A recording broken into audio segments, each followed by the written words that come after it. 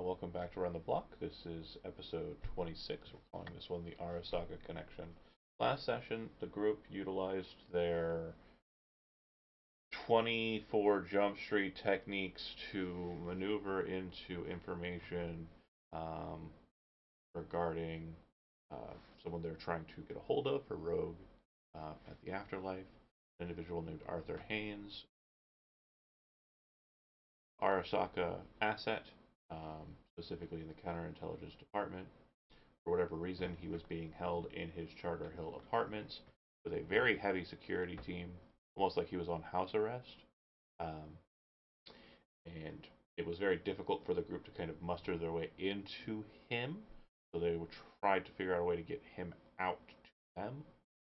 And they succeeded. They got a hold of a drug dealer at NCU who they had encountered before at a party they ran security for, and also blackmailed one of the partygoers um, for information as well. Um, Ultimately, when they came to kind of press her and use the leverage of outing her to her father, um, she didn't want him to be involved in that discussion, as she felt that it would kind of ruin her chances at um, maintaining her current position. And she basically said that she'd give them whatever they wanted um, as far as getting a hold of Arthur. So she got on her dad's computer at home, a security breach, mind you, and sent an email as him to Arthur to slip out of the um, Charter Hill Apartments, which he was able to do, and meet at a bench in Reclamation Park. Kincaid was the only obviously visible individual. Kincaid typically wore bright yellow hire and an NCPD badge. Kind of sticks out in a place that's kind of littered with all the different gangs, working homeless. Um, so when Arthur came to meet with his contact, um, and he wasn't there, um, it was very strange at the onset.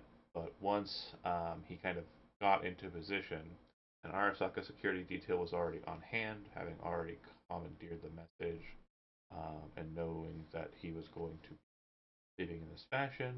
Um, the detail was sent out to him, picked him up, and also who he was meeting with. Kincaid got a short couple of words in with Arthur.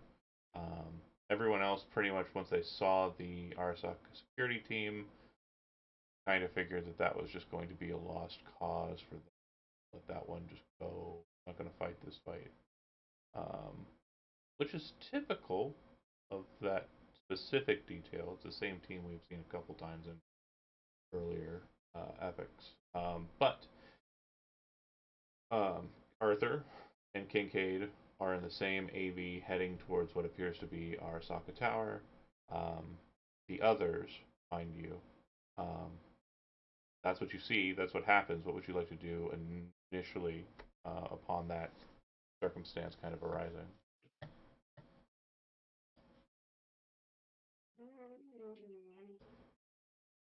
Um, Sent a message to the group.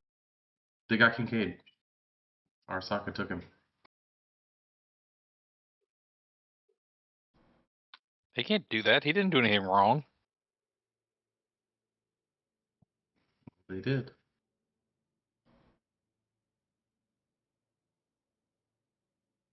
Let's meet back at the garage. And send that out and start to head out. Okay. Anybody else have anything they want to do in the kind of immediate aftermath of that circumstance?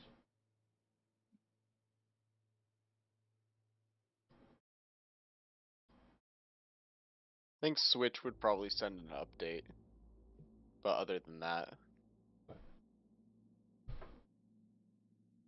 Okay, just head towards the garage with the crew. gotcha. Be back up at I'll try the. to send a message to Kincaid though. Ask if he's okay. Yeah. So Kincaid, you're not receiving messages at the current. We'll go ahead and cut into as to why.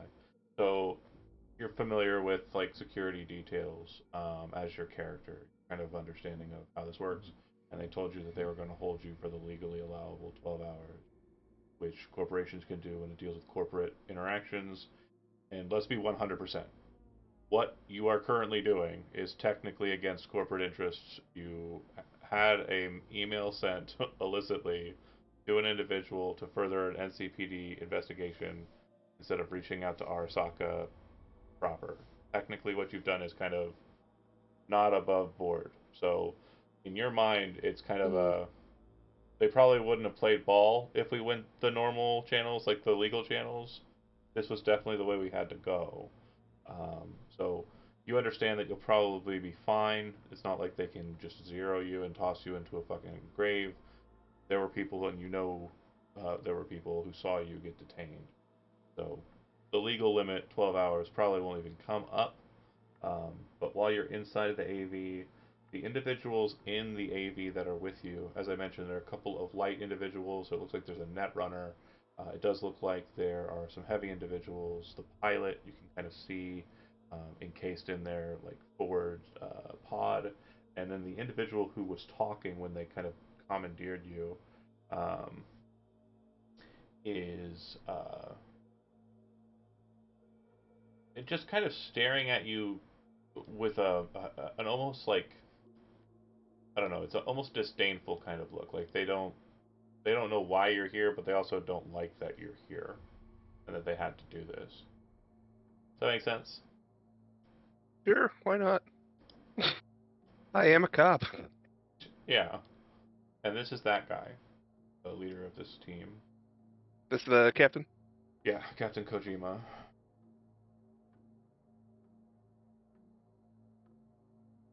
Um, during the flight, which is probably only going to be about a minute or two tops, pretty high speed flight assault AV. Um, do you wish to try and talk to Arthur or Kojima or anybody else? Or No, I'm assuming they're like taking my weapons. they don't. Dark's Discord crashed. Just a heads up. Discord crashed. Yeah, I assume that's her that said it because she's not in. Oh, okay. Well, I was just about to kick it off to her. Deal So with the other guys for a minute. yeah, back to you guys. What are you doing? Tell me. Perfect. I'm the best at this. Alright. So we were all arrived back at the garage, correct? Sure. What the fuck was that? Did you guys see that? Yeah, I mean, do we gotta bust him out now? I don't know, I tried sending a message, but nothing's happening. You think that bitch Janie fucking double crossed us? I mean, could, but I don't. I don't know. Again. I mean, busting him out is one thing, but it's Arasaka. It's not like some little street gang anymore. So this is a little bigger than us, maybe. I have to go back to the original plan of what we were going to do with Janie. The torture thing. You know this. Oh, God. I mean, it was your plan. I mean, we gotta get. Would we know this 12-hour thing, John? Is that normal knowledge, or is that not? You overheard the conversation that would have befallen um, the conflict there. So I would assume that yeah, you'd be kind of aware of how that's going to play out. Well, then I guess we give him 12 hours, and if it goes over 12 hours, then we start planning rescue plans, maybe, or trying to get a fixer in here to help us out with this, or something. Yeah, that's probably the best idea.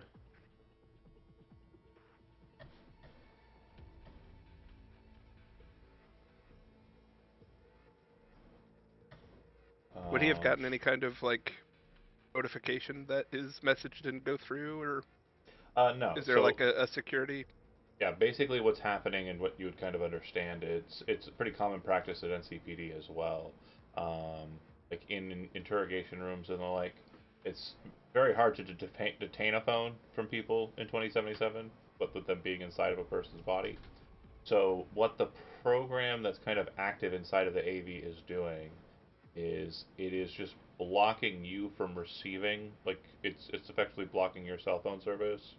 So the second that you kind of get out of this security bubble, which will probably be throughout Arasaka, you're not going to be able to receive incoming calls or make outgoing calls, or texts or the like.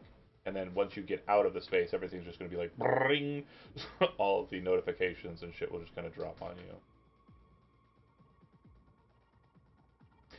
Okay, Gotcha. Lark, you're back.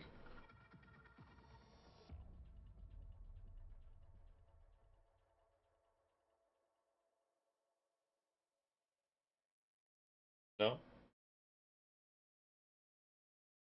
I see her in the voice. I just In don't the know if chat? Yeah. she's muted or not. Might be yelling at us. Technical issue. Yeah, Wouldn't be this game if it weren't for those. for sure. How many other people are in the AV So the besides team, myself and Kojima? yeah, the team of Kojima's, not including himself, would be a total of 7 individuals. So it's 2 heavies, 2 light assaults, one driver for the AV, the netrunner I mentioned, and what appears to be like a sniper or door gunner, possibly just like heavy weapons switch. Um, and I just What's that like? Is anybody speaking, or have they done anything further no, to no. Haynes, for Uh, example? Is he cuffed or anything? yeah, he was cuffed. You were not cuffed, so like no restraints were put on you. The expectation is that again, I'm if aware of the rules. right, cops, if a cop arrests a cop, there's usually like this unspoken kind of like space like where they're kind of giving grace, right? And the same's true when cops fuck with NCPD or vice versa. Like you're gonna treat a corporate like a little bit more, don't slam their head into the car door or the roof of the car when you're putting them in the back or whatever kind of stuff. But yeah, Sure. um, I do apologize. Again, it's very much a It's all good. situation where like this next beat is kind of in her It's court. nobody's fault. Seems to be, Um, yeah, system stuff. if we want to occupy the time, um, knowing Um, that I mm, have. Go ahead. I was gonna say, John, if you wanted to, you could always just move to me getting another call back from Chino. Yeah. So that callback from Chino would basically say, hey, there's this individual that Hungary is looking on fixing you up with. Um, Can you hear me? yes. Okay, I have to use my condenser mic for now. For whatever reason, Discord's being weird. Crashed. Now I can use my headset mic. And did Google jump back online or? Yeah, I'm back in. I'm Okay. back in found. Cool, cool, cool. So I'm going to answer your question real quick, Daniel, and then we'll move to the next beat. But Chino would basically say, yeah, Hungary's got this other person he wants to add to your team. Being pretty quiet with it at first, I'll let you know once he's got the name, and I'll have you meet with them. This person, she should be bringing a lot of information into what's needed to be done here. She seems to be a kind of expert on the guy we're looking for. Can't say too much over comms. We might be being tracked. So I'll let you know when I get a chance, okay? Okay, yeah, just keep me updated. So, Lark, the security Yeah. AV is arriving. Now, the point of order I want to make sure that we understand is Danger Gal is a separate but equal entity. It is basically a partition of Arasaka in 2077. Technically, it is its own department, and it's located in a non tower space. It's actually located on the waterfront right here, behind. Ding it again. Right here behind GNMM and uh, Network News 54. The reason why Danger Gal was set up there in the first place, it's close proximity to downtown, is because there's a lot of ways for very skilled net runners and individuals to pull information that's typically not considered tracked when they're basically adjacent and plugging into the same net as these spaces. So all of the call-ins, all of the tip lines, all of the stuff that goes into 54, and other media corporations that are present here, that's why Danger Gal's set up there. And your offices could be there, or they could be in the tower.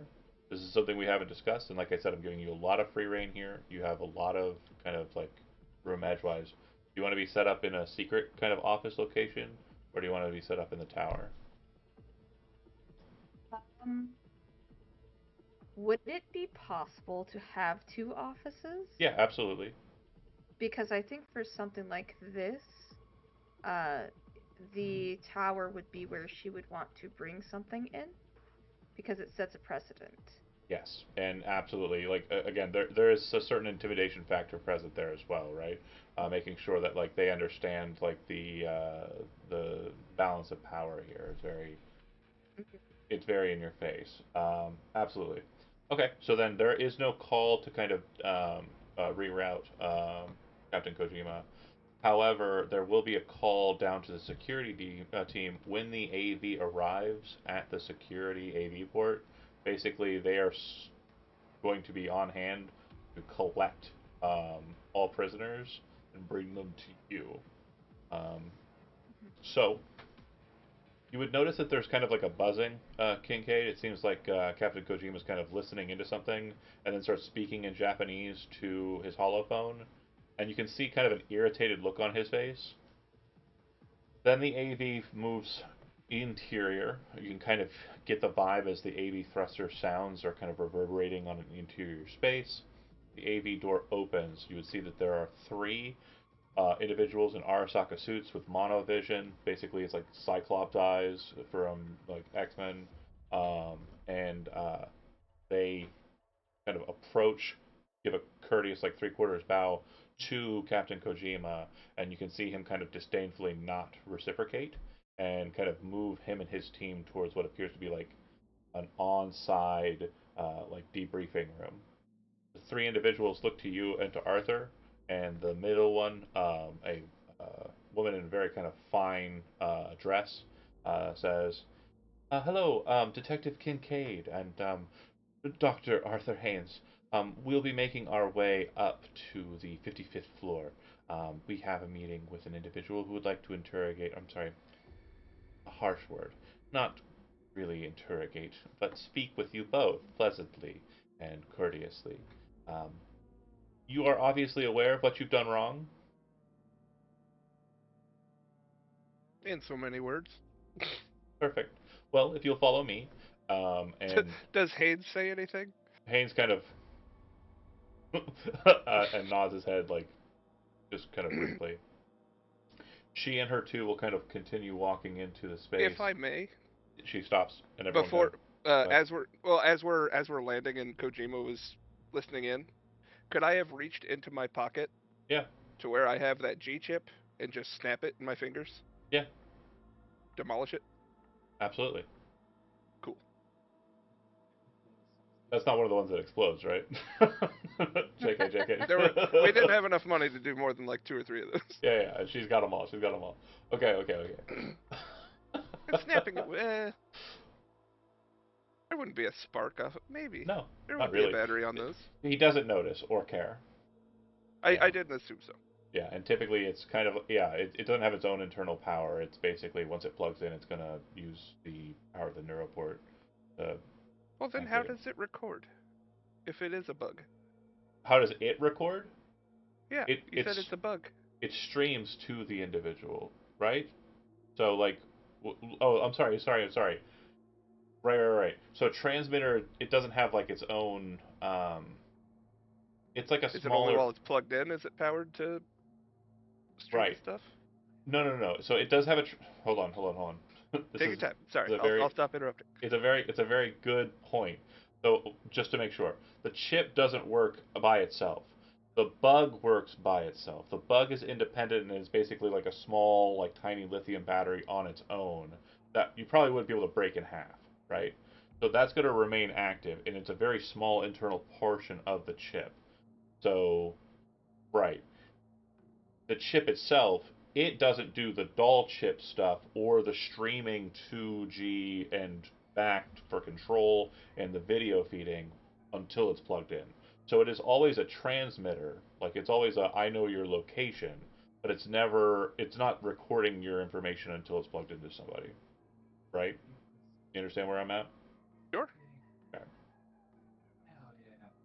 Cool, cool, cool.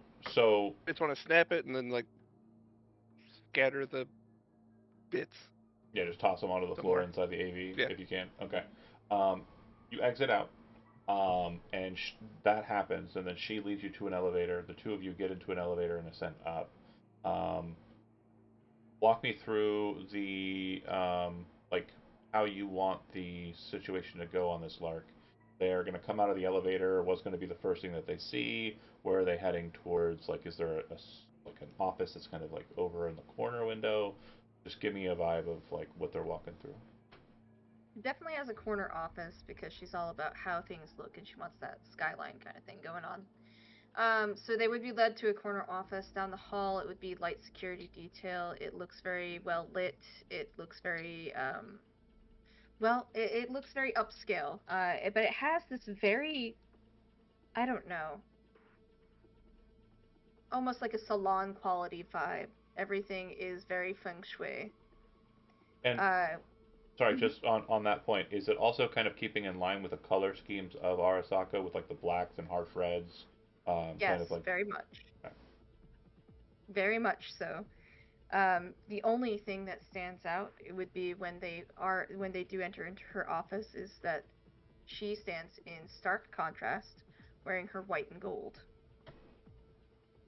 And She'll be seated behind a very fine desk, probably drinking tea. here is this is what she looks like.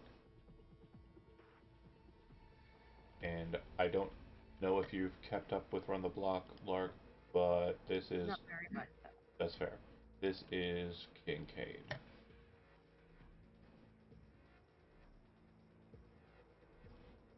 Yes. And Arthur is kind of just pretty nondescript guy. Um, he I know exactly what Arthur Hayne looks like. What are you talking about? I Yeah. see him every Tuesday. Well, that's a different Arthur Haynes, but I do appreciate that people are Okay. catching on. So, um, scene's yours. Um, you enter in, both of them together, or do you want them to be brought in one at a time? Together is fine. I'll have two chairs set in front of my desk, and I will greet them very pleasantly. Doctor, Mr. Kincaid, please have a seat. Very well. There's a large sumo wrestler-esque person standing beside me, just over my shoulder. Probably taking up a good portion of the floor-to-ceiling window that is also behind me. Against the door, a more lithe figure is leaning against the wall as you pass her as you enter the space. She's in a Netrunner bodysuit, one of those bodyweight suits. I'm not very good at describing these things, but Okay. Take your time. I can describe hey, dude. Kumiko if you None want. of us are Yeah, great. go ahead. So Kumiko is wearing a Netrunner bodyweight suit. She appears to have kind of like a fuck ass bob. She looks like a pretty, well funded Netrunner. Unlike your homeless men of a Netrunner. It does look like she has a lot of cool gear, but there's some strange similarities between the two. Like the bodyweight suit looks like it has been kind of customized and like altered, and her cyber deck has like stickers and stuff on it, which is not very professional, but it seems to be the case that she has kind of personalized her stuff. Mm-hmm. And then is So, Toshiro here as well? yes, like I said, Toshiro is standing right behind me over my left shoulder. Very large Japanese man. He is wearing Arasaka colors. It looks like kind of sumo build, standing somewhere around 5'10", 5'11". And yeah, just based on the wrinkles on the face, looks like kind of an older gentleman. But he definitely looks like he could probably, you know, hang in a fight with you fisticuffs. If he knows how to He's very fight, good at maybe even beat you. turning people into pretzels. Please sit. And she'll gesture to to the chairs in front of her. You have me at a disadvantage, miss. May I ask your name? Yes, my name is Kanako Akitsu. You can call me by my surname or my proper name. Because I do believe we will be doing business. Please. Gordon Kincaid. Sit. Pleasure. Oh, Very I'm well. aware.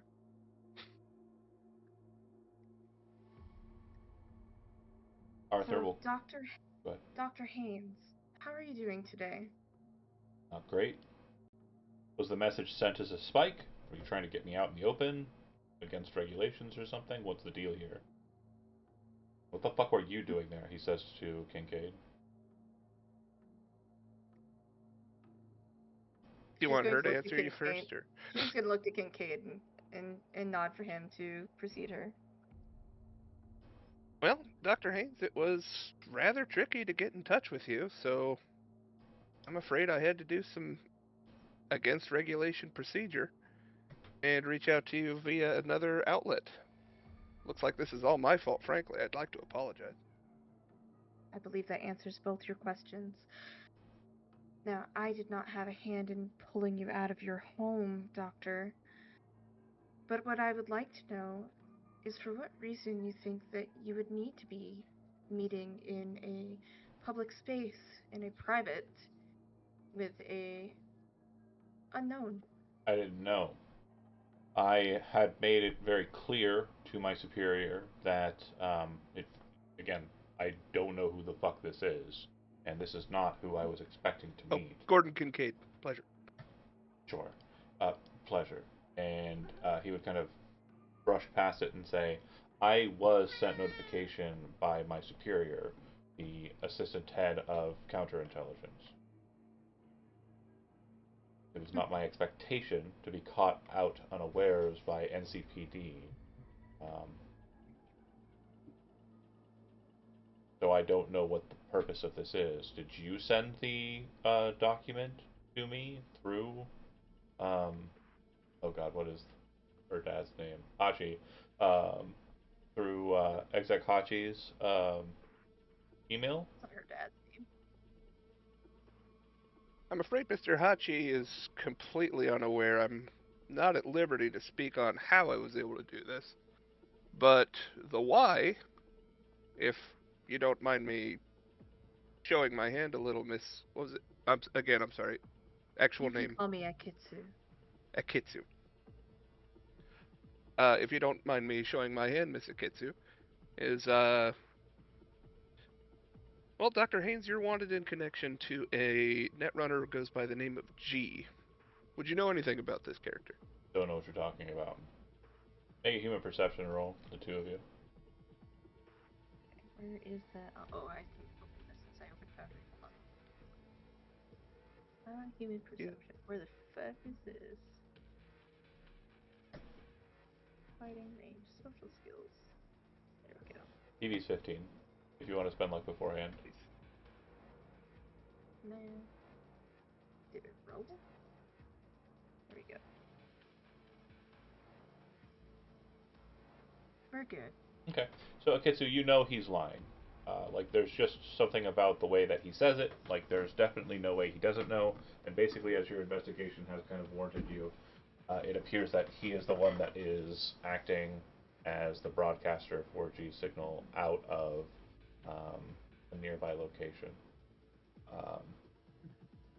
Forgive me, Dr. Haynes, you seem to have forgotten my profession.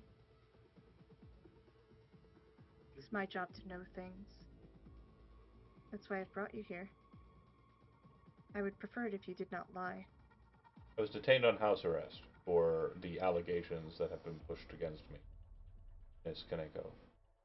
I have no desire of speaking in a fashion that would incriminate myself further.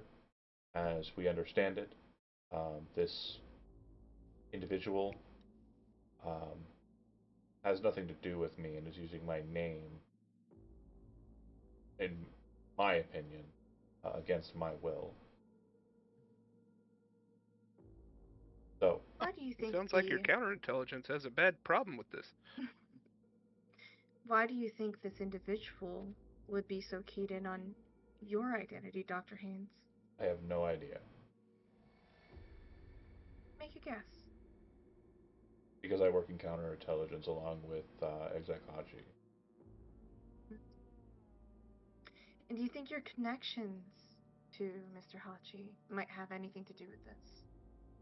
I think that my connections with Mr. Hachi probably are related to this individual's relations to Hachi's supervisor, the director of counterintelligence, Doji Giri. And he kind of says it, and like pointedly, where even with that 22 human perception acting as the backup of that, you're not sure if he means it like he knows about very kind of closeted rumors or not. But he says it in a way that it's kind of like an attack. But it could be just you misreading it. You sound like you're familiar with this G character. I mean, counterintelligence. It's definitely come up quite a few times, especially since the NCU circumstances. They found an entire dwelling underneath a bunch of humans controlled by some sort of remote connection. All chips. I've heard about those. Ugly stuff. Not how doll chips are supposed to work, but it is definitely concerning. I agree. Never contacted you? Never reached out to you in particular? Just using your name on a whim? As I said with Miss Kaneko, and I will say with you, because you are also a law enforcement officer, I have no intentions of saying anything that would incriminate myself. No, we wouldn't want to incriminate ourselves here, would we? Sorry, give me one moment. I'm reading through Take your time. bunch of paragraphs of stuff here. I just saw your Did you post. see my... Yeah. Yeah. This is a good play. This is a smart play.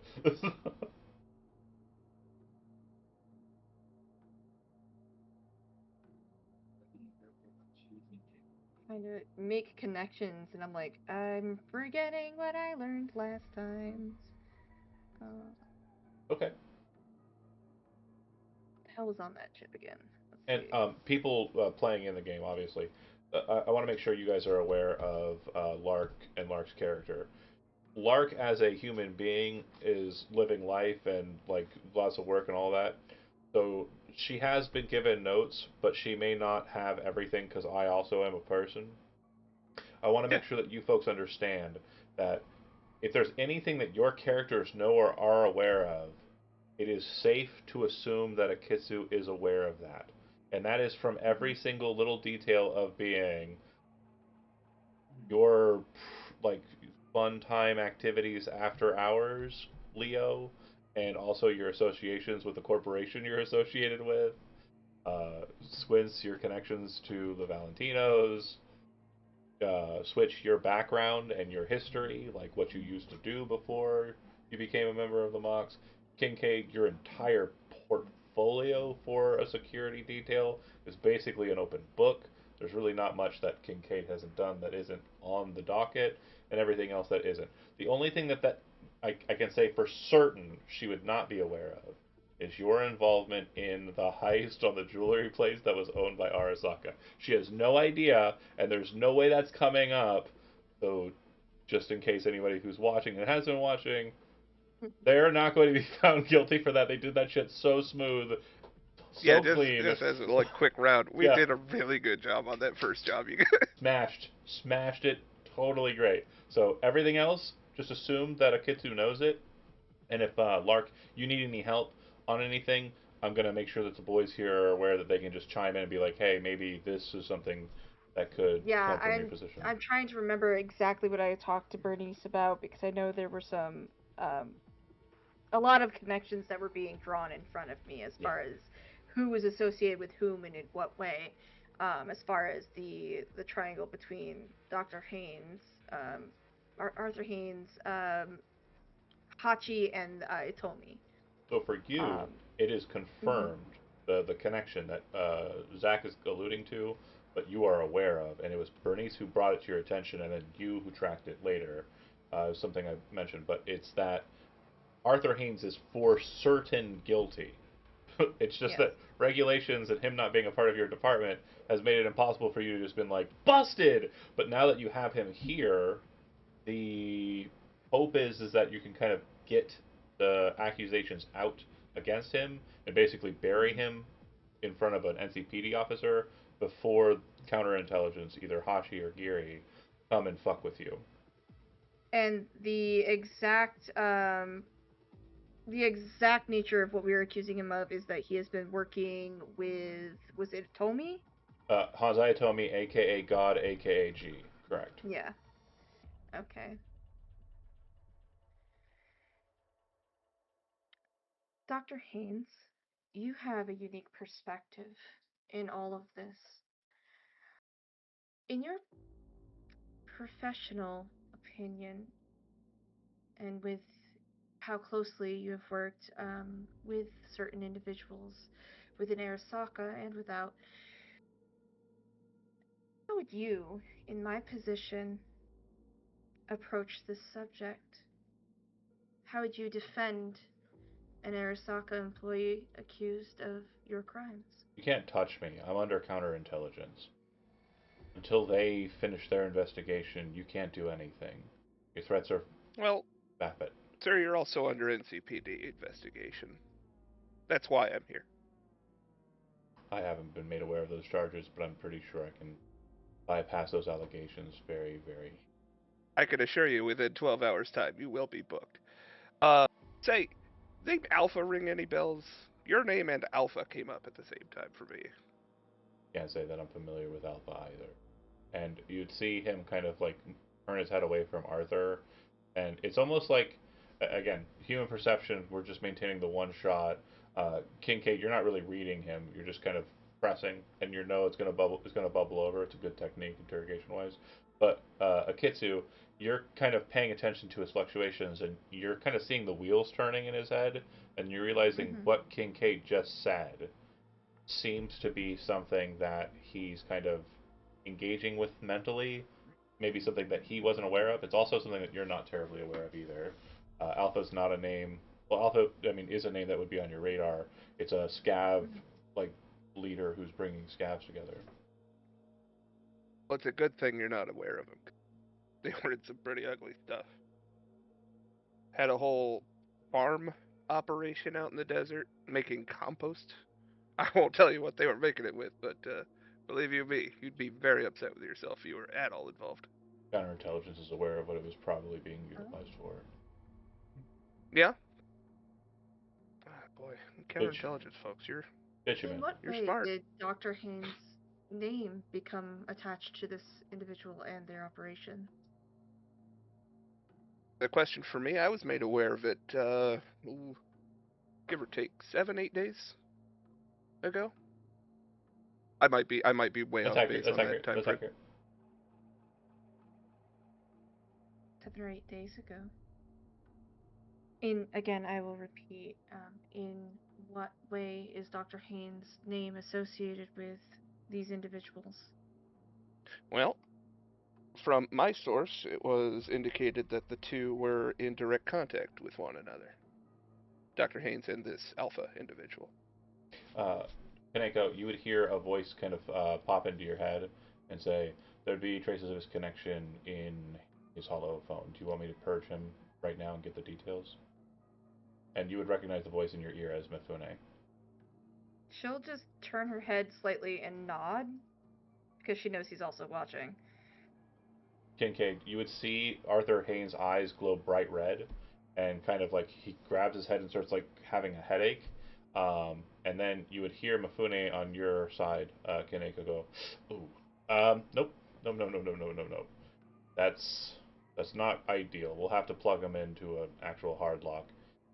He's got some very strange ice on him, probably a result of Hanzai Atomi, to be honest. It seems to have familiar traces." I'm not hearing any of this. I'm just seeing Yeah. his reaction to what's happening. Okay. Perhaps we should take this discussion elsewhere. Arthur looks She'll at you stand. and says, "No, it's fine." Dr. Haynes, I'm not asking for your permission. You will come with me now. I am telling you, I will relinquish information I have if you keep me away from the processes you wish to. This will be your only chance. I'm aware. Speak. I was contacted by Hanzai Atomi, a friend of mine from the early days of my incorporation in Arasaka. Back in 2040s, 2050s, we were friends. He went on to go work for another corporation, and after that, got back in contact with me. We met. He said he had some interesting new programs that he was working on, and gave me a shard to slot to take a look at what he had. I had no reason to trust him. When I slotted the shard, I woke up, from what I could tell, 3 days later, and my actions were not my own. Um, the chart I was slipped at the time appears to have been spiked with a virus and a doll control mechanism similar to those that you were both aware of. Once I was made aware that that was the case, I had the doll chip removed when I had my own faculties. However, then came the initial contact from Alpha. I was told that if I did not play along, continue to do the things that I was doing while controlled, that my grandmother would be killed. Most of my earnings go towards keeping her well taken care of at a facility in San Francisco.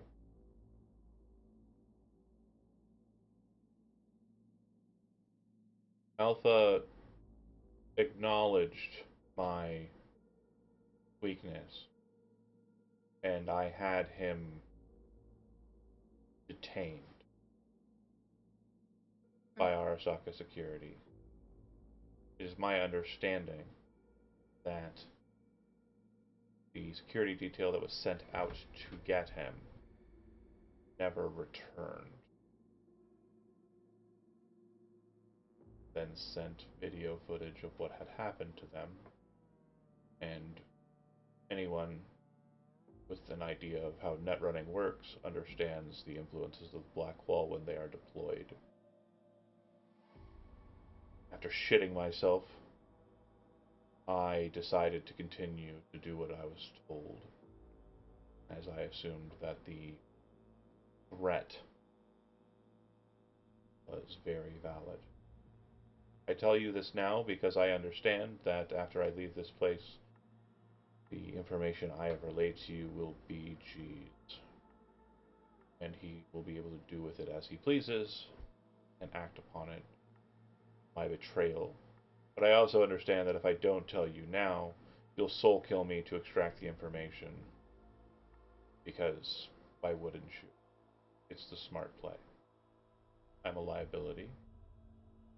I understand that. I'm going to assume that your contact was none other than the Queen of the Afterlife herself, Rogue. Am I right? I'm not at liberty to say. Since I'm assuming she's paying you to detain me, and that's probably where I'm going to be going if you get the upper hand in this discussion. I don't see any point of hiding that card. I can't see the future, but that name has come up as well. And sorry to be the rock to your hard place, Mr. Hayes, but do you happen to still have the doll chip in your possession? I do not. Where is Why it are you located? an asset? Please go on, sorry. Where's that chip located now? The chip was destroyed. It was thrown in the garbage.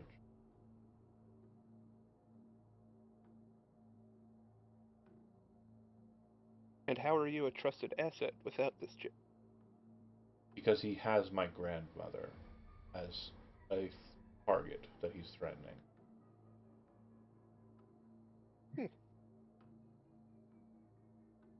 Even still, blackmail over mind control? The mind control is detectable, especially on Arasaka properties. Sorry, you did mention knowing anything about Netra. I'm afraid that's not my department. No, perfect. I'm just thinking aloud here, Mizukitsu, please.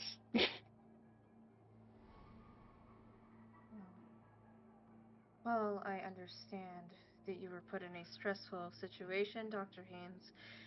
I do believe you have signed several binding contracts with Arasaka, and I can assure you we are not so pleased that you have undermined and broken the terms of your agreement.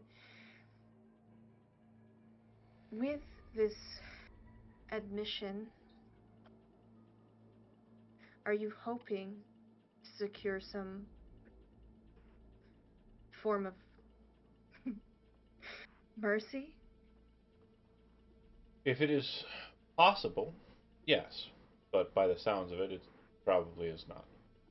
I would prefer to avoid being soul killed. Definitely a nightmare scenario. If you feel it necessary to do so because you don't trust anything I've said, I did sign the contract.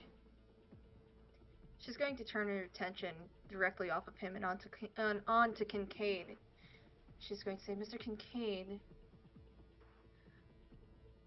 your contact, your source, are they hoping to have Dr. Haynes in their possession? I'm afraid so. It was quite insistent to have him alive. Fortunately, he does fall under Arasaka property. However, I can permit him a short outing of under your control if you would be so kind as to parley business with me. My contingent is currently charged with, as you can imagine, taking care of the current situation. That situation being this entity called G. You have been highly recommended to me by a mutual who goes by Hungry. You and your friends, comrades, have a reputation, and I would very much like to take advantage of your particular skill sets in ascertaining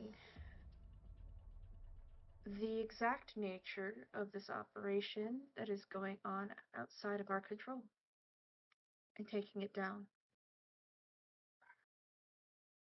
I believe this We would be do mutually have that in beneficial. common. I am sorry to hear that my associates have brought along a reputation, but I'm sure we could help each other out. And hey, maybe save a grandma on the way, huh? Haynes? Kind of elbow him. See him kind of look at you like. As I was stating, Miss Kaneko, if I am allowed to be taken out of the building, it is a guarantee that he will be able to locate me on the net due to my phone contact, and he will be able to extract the details of this conversation thoroughly. However, if I stay in the building, counterintelligence will return me to their care and will probably insist that I maintain my position as I was doing, locked inside of my apartment. You telling them that there's a possibility of a data breach if I leave in that way, simply enact the same protocols that you were about to do. You terminate it immediately, liability for the corporation as a possible source of information. Unfortunately, I only see one way out of this scenario. That doesn't involve me being soul killed or forced to face the black wall in my neuroport. And unfortunately, I don't think the surgeons on site will be willing or able to extract my information devices without paperwork and others knowing about it. From my understanding, Mr. Kincaid here has several connections which may be better suited for such a job. Fortunately, they won't be allowed into Arasaka without a very long, tidy bit of patience as well. I can wait.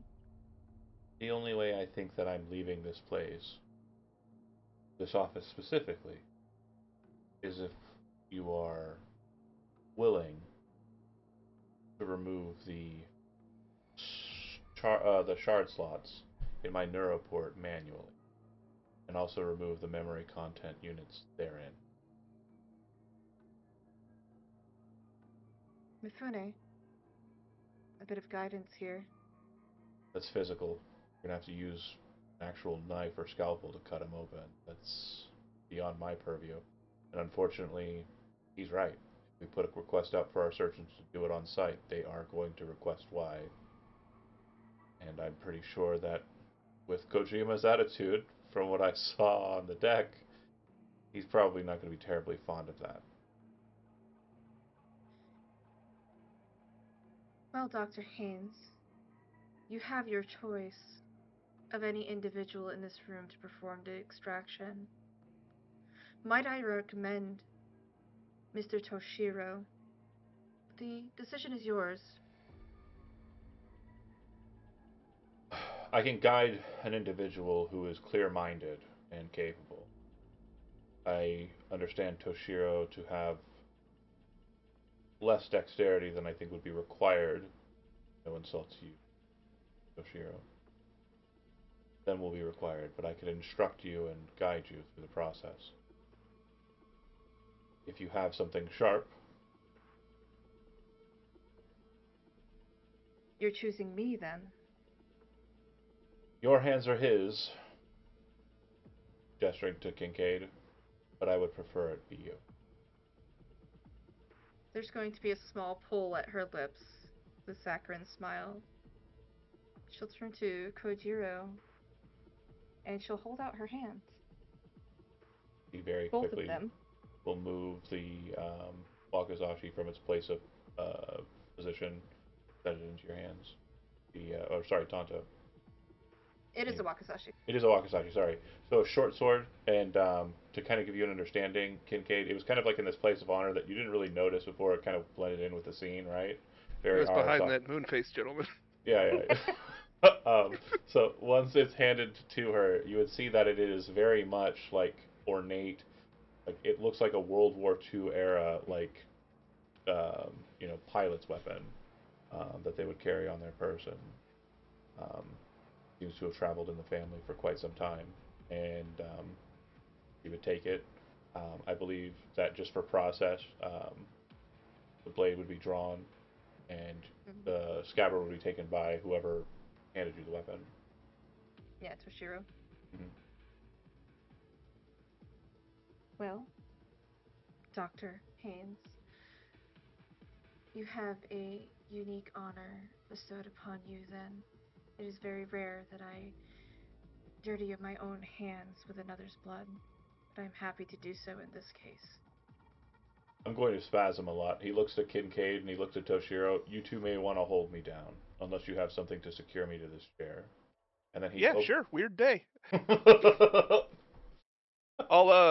Kate will take off his jacket and No problem. throw it across his chest. Yeah. Are we putting him on the desk, or are we putting him Oh, table, leaving him the in chair, the chair? the chair. Okay.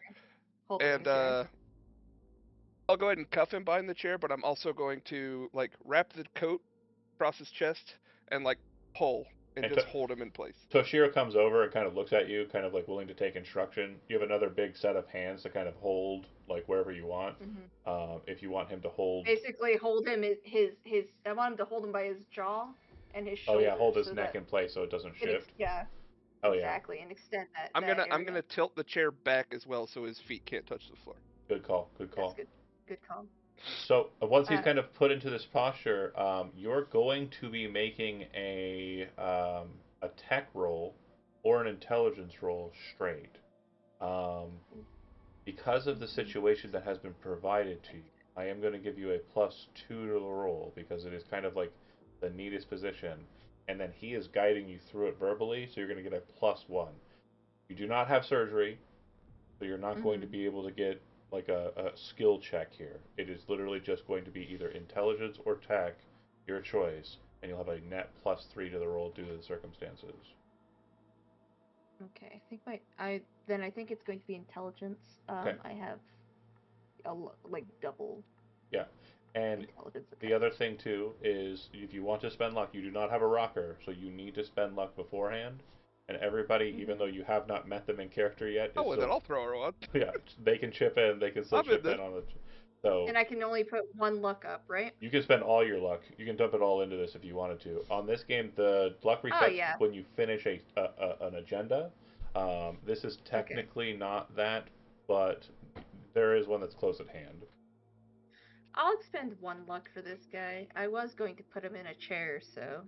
Anybody else want to chip in? Why Daniel, is this Zach? not I have no idea. I'm almost completely out already. I am also out of luck. What No, about is you, it one Zach? of those Doing things that. where I can't do this in the pop out? Okay. Yeah, the pop out's always going to be a problem for sure. Sorry.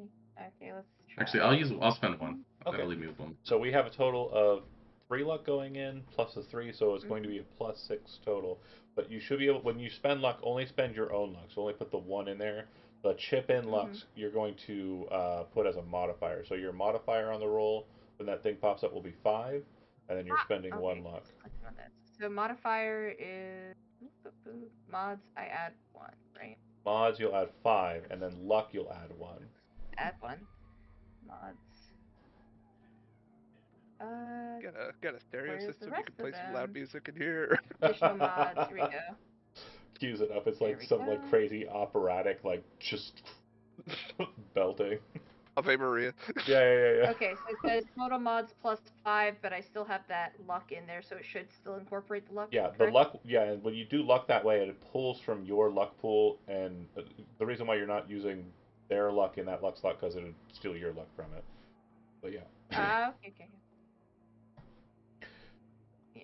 Sufficient. So after about a good 30 to 40 minutes, and his like insistence, and like through it, like there's a very Arthur Haynes seems dubious, right?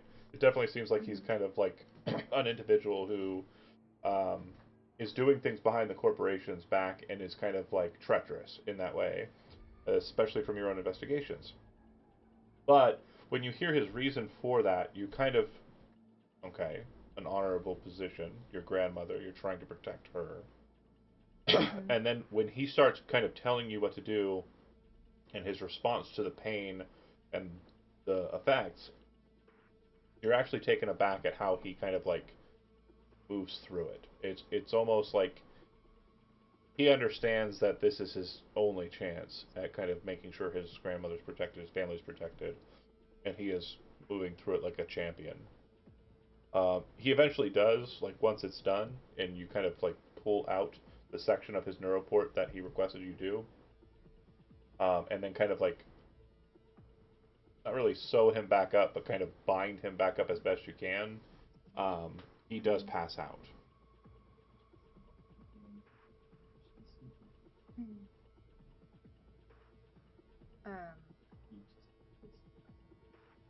Well, he doesn't.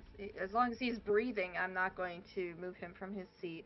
He'll either wake up eventually, or we can move him. But I will go about cleaning my blade with a tissue or a handkerchief from Toshiro and putting it back in the scabbard. His equipment, I would hand off to Kumiko.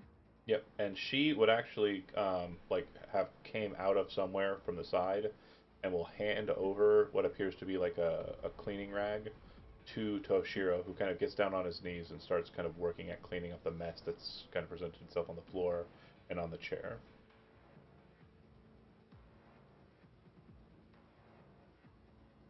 Mr. Kincaid, is there Yes, ma'am. anything you need from this man's hardware? I'm sorry to say I don't know the first thing about the hardware. I'm sure there's a wealth of information in there, but I think it's safest in your hands at the moment. And your contact, would they be upset about him being not returned to, but relinquished to their possession unwhole? I was asked for Arthur Haynes alive. That's Arthur Haynes alive right there.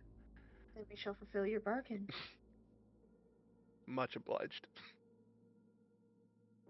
Right. I guess from here, my question would be, um, what exactly was I offered in the way of Bernice and Hungary as far as what they had recommended we do Yes. specifically? So Bernice wants you when Hungry or Hungry's contact calls you to join the Edge Runner team.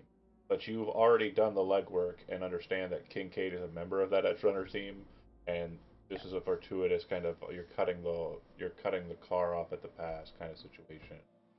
Okay. But you know you're going to be working with him. The details of that work hasn't been made known to you. Chino hasn't dropped the details. All right. So, Mr. Kincaid, you will be contacted soon by by our mutual contacts, and I believe they will be proposing a operation, and it would be my honor to cooperate alongside you and your people. I suppose I could put in a good word for you. Do you need to cover your trail with this whole situation, miss? This I can Your handle. security team delivered myself and Mr. Haynes. How are you going to talk him into myself carrying Mr. Haynes out of here with, you know, that hole in his skull? Don't you worry about that. I can have them relocated shortly. Consider me unworried.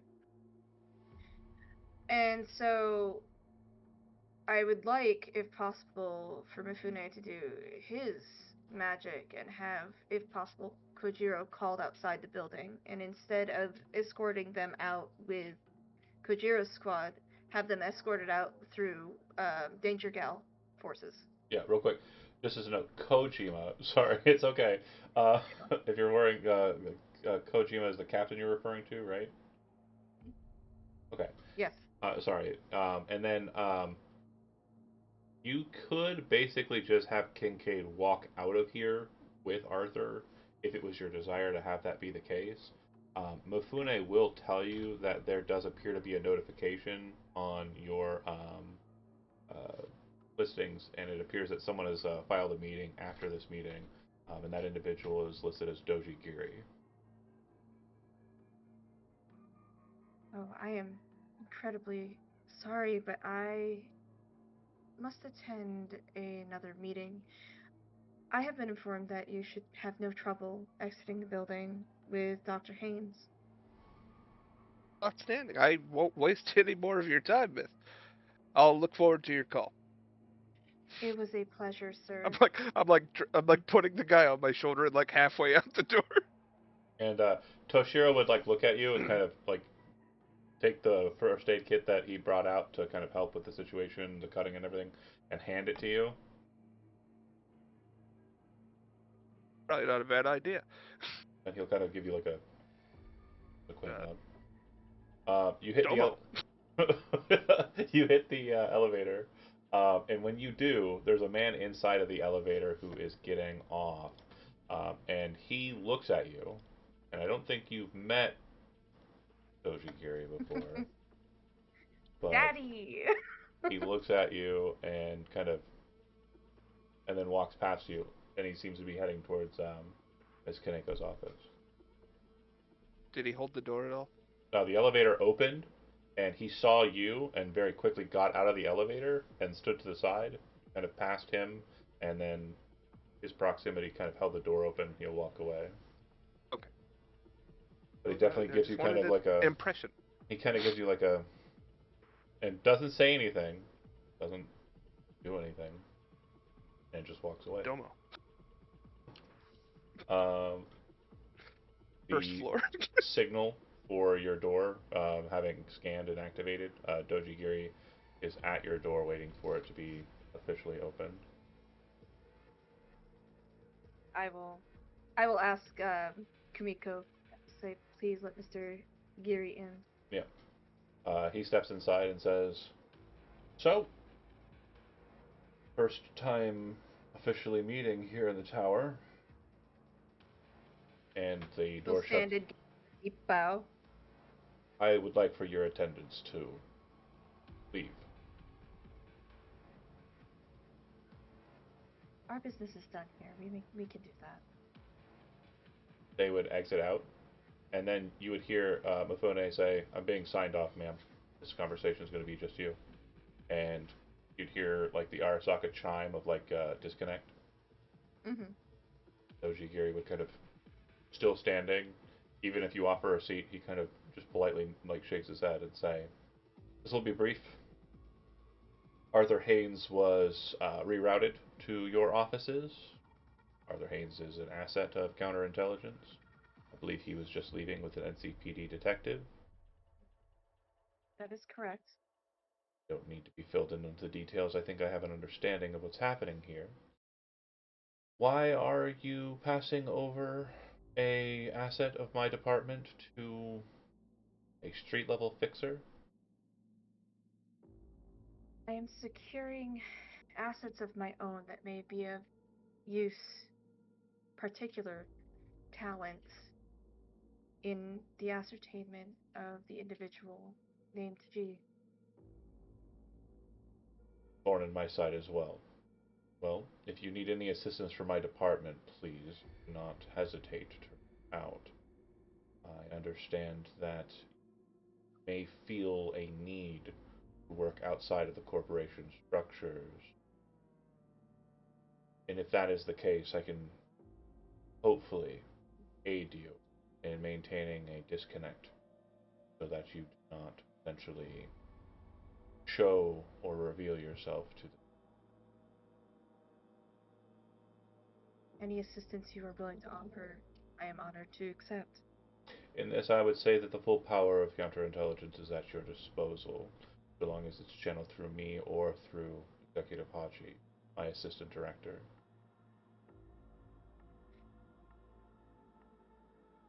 Would you perhaps be interested in Dr. Haynes's hardware he asked for in an office procedure today?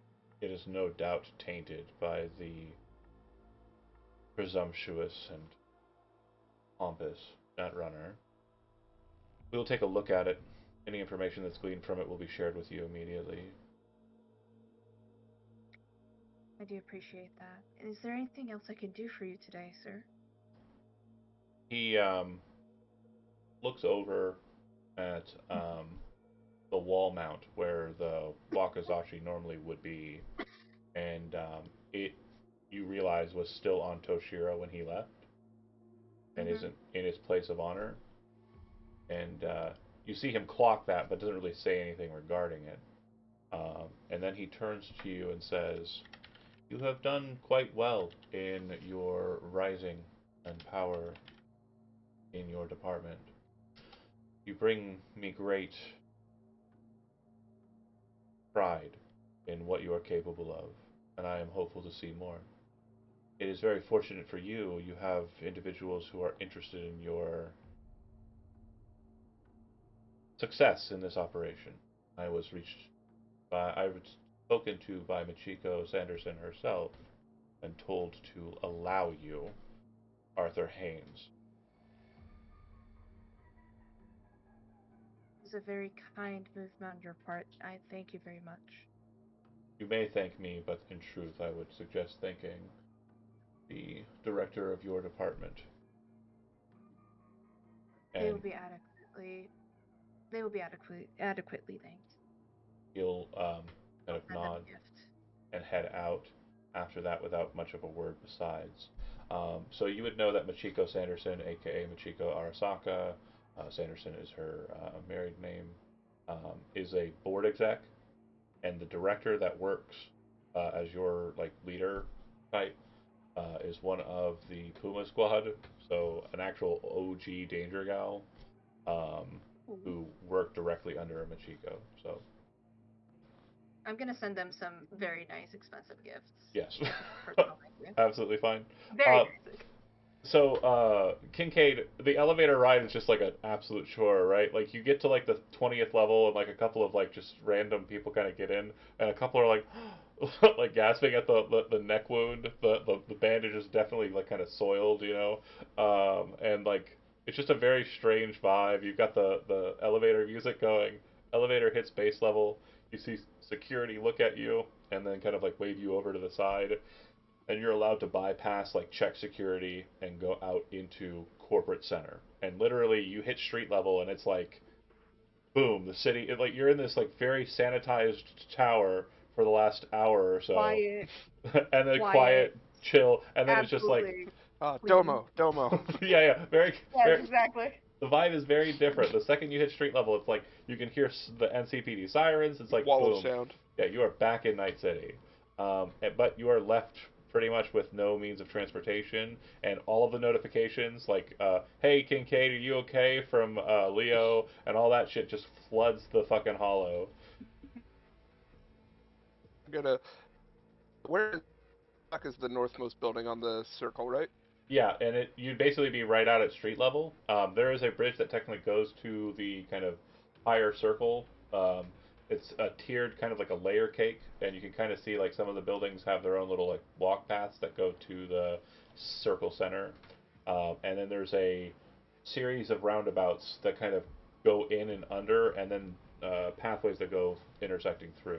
But there's a lot of walking space, and the nearest end card station, I think, is probably a couple blocks away. Couple blocks. I do want to walk far enough away from the building towards, say, like a bench. Oh no, sorry. There's Is actually there any? there's a metro station just inside the circle, Metro Memorial Park.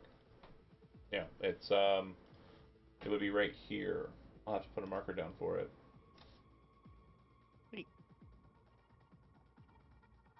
I'll walk to the station, but I'm not gonna utilize the transportation there. I'm just gonna sort of assess the wounds on Haynes. He's doing good. Actually, he kind of gets to a point where, like, because obviously being unconscious for too long is a problem.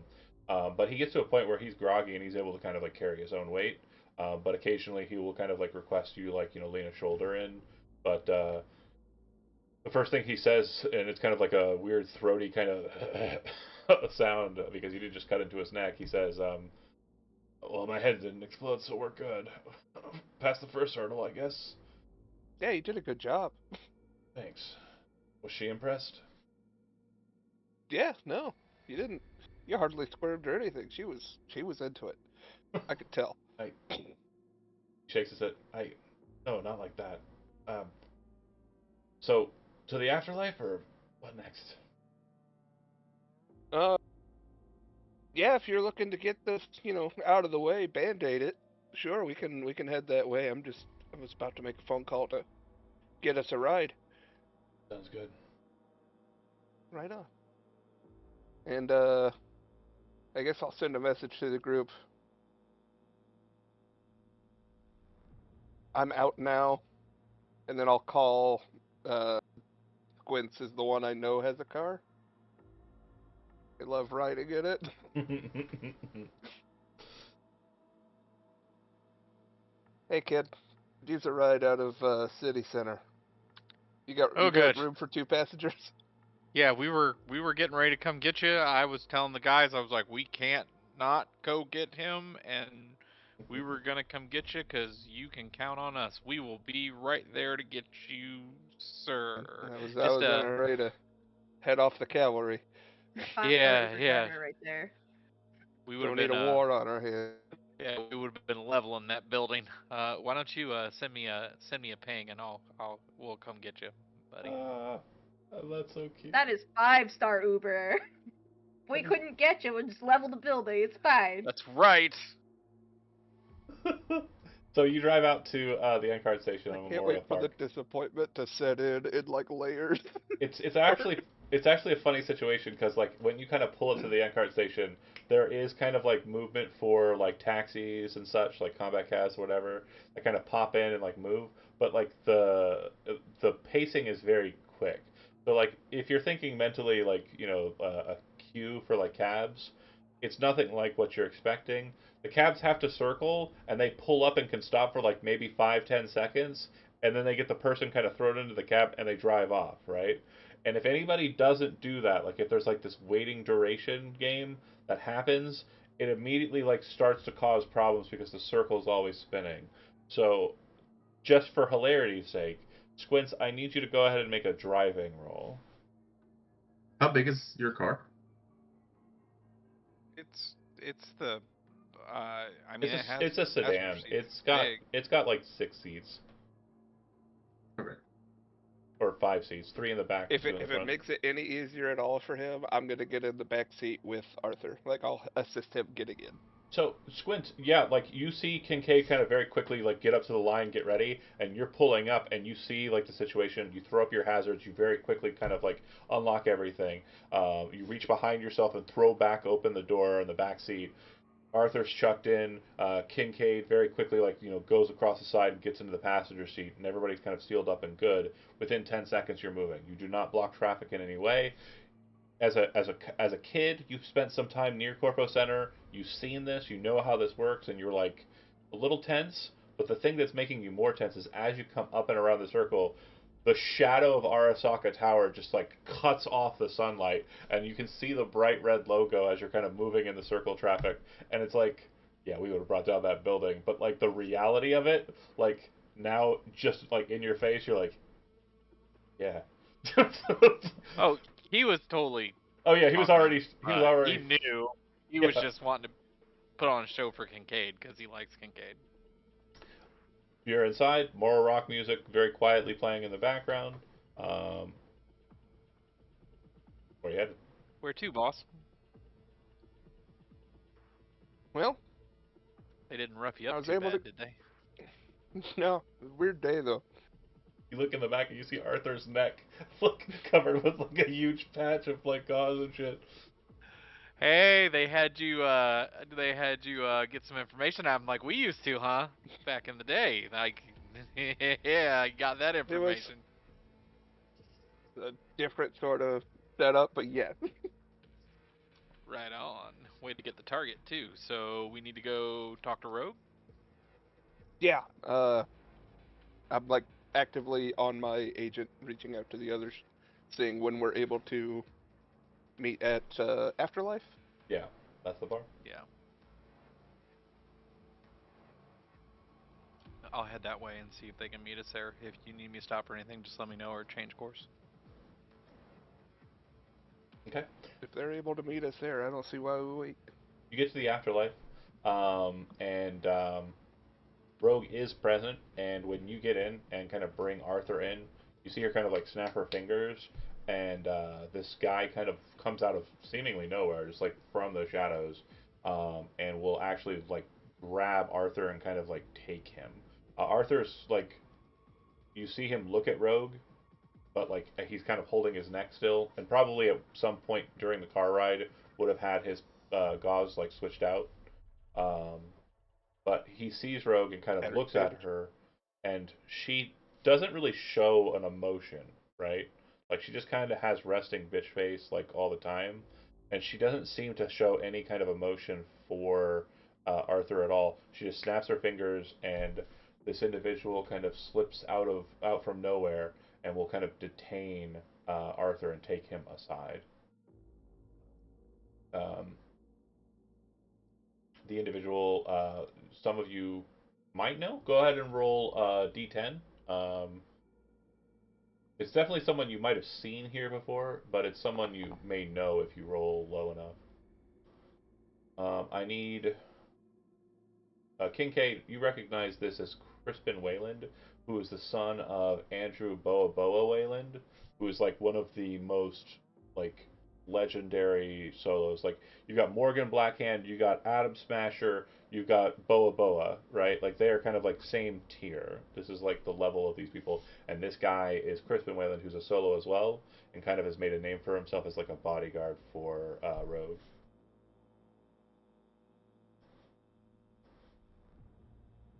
Um, but taken, she'll look at you and say, "Great, we're all settled," and she'll flick the 20K to Kincaid, divvy it out amongst your edge runners.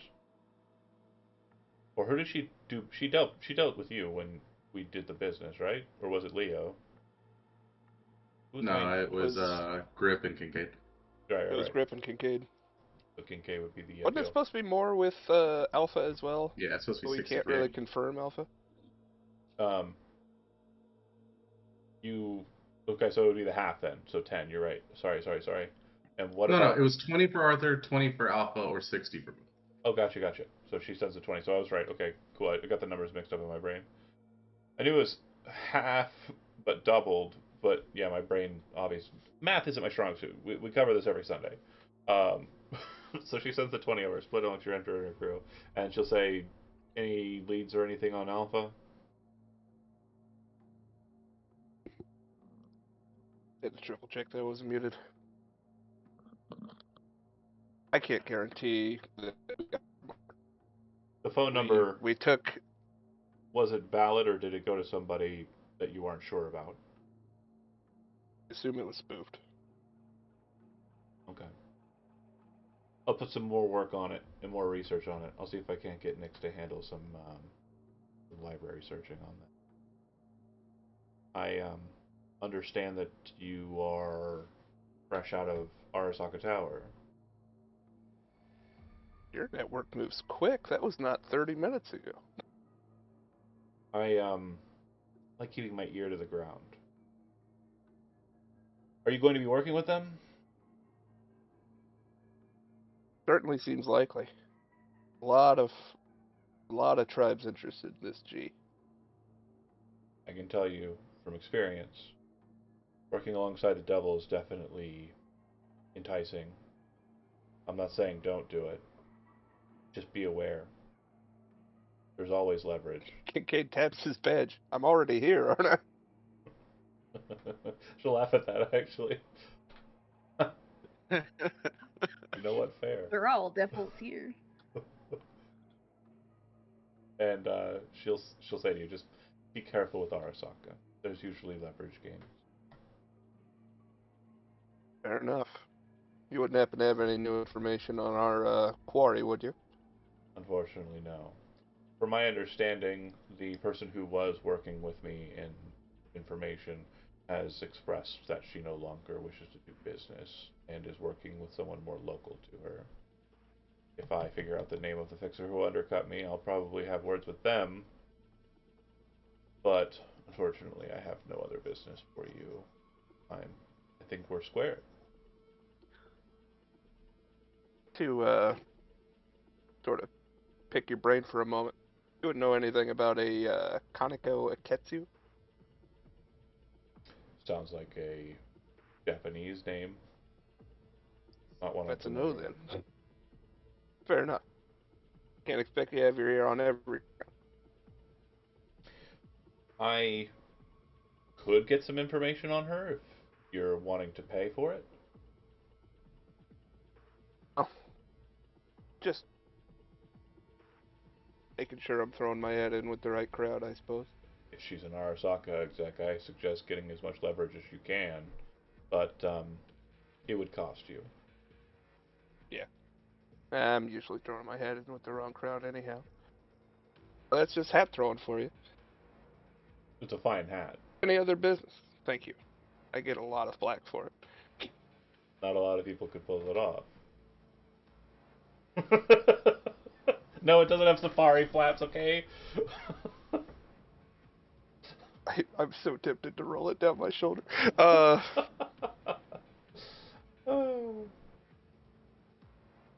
But as a mechanic... Do we have any...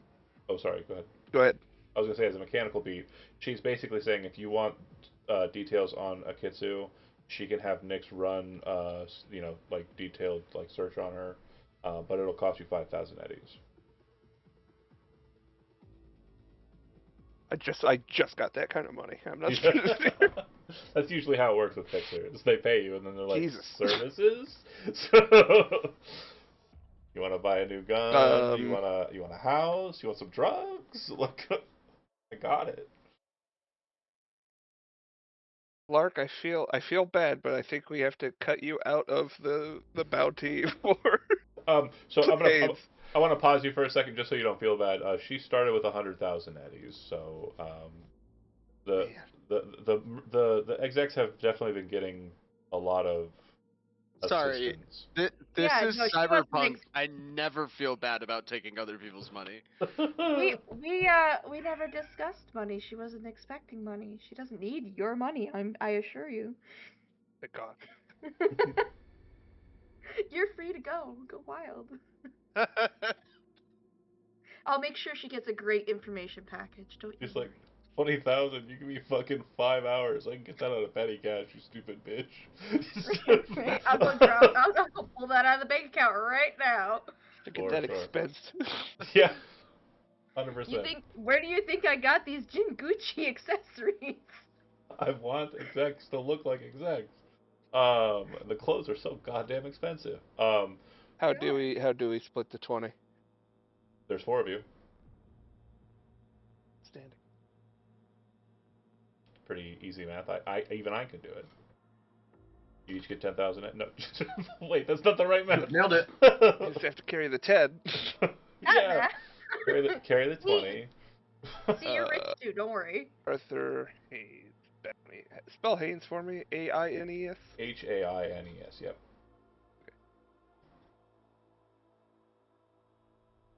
Arthur Haynes bounty. Plus. Nice. I need to stop investing in our jobs because I'm not getting a big return. The fixer's main #1 problem. Exactly that. Not a fixer though. I don't have that kind of No, I'm just saying. starter Like, capital. yeah, they definitely. It's always like, yeah, man, I gotta pay these gongs. I gotta fuck. I do math, fucking Yeah. accounting. So it's I always just like, gotta download. I gotta download fucking QuickBooks to play Cyberpunk. It's fucking frustrating. get you an Excel spreadsheet. Just make a spread. I was just gonna say, just make a spreadsheet. Do what Elizabeth does. She's I fucking. can make you one. For It'll be D&D. color coded and everything. She's always got a goddamn list. The treasurer. Yeah. That's what you want to do. But simple math: 5,000 eddies apiece. If it's an even split. After you deliver Arthur, is there anything else? Any other business you have with Rogue? She is a fixer. If you wanted a boon, like, and you wanted to buy something, you could do that. But again, it's up to you.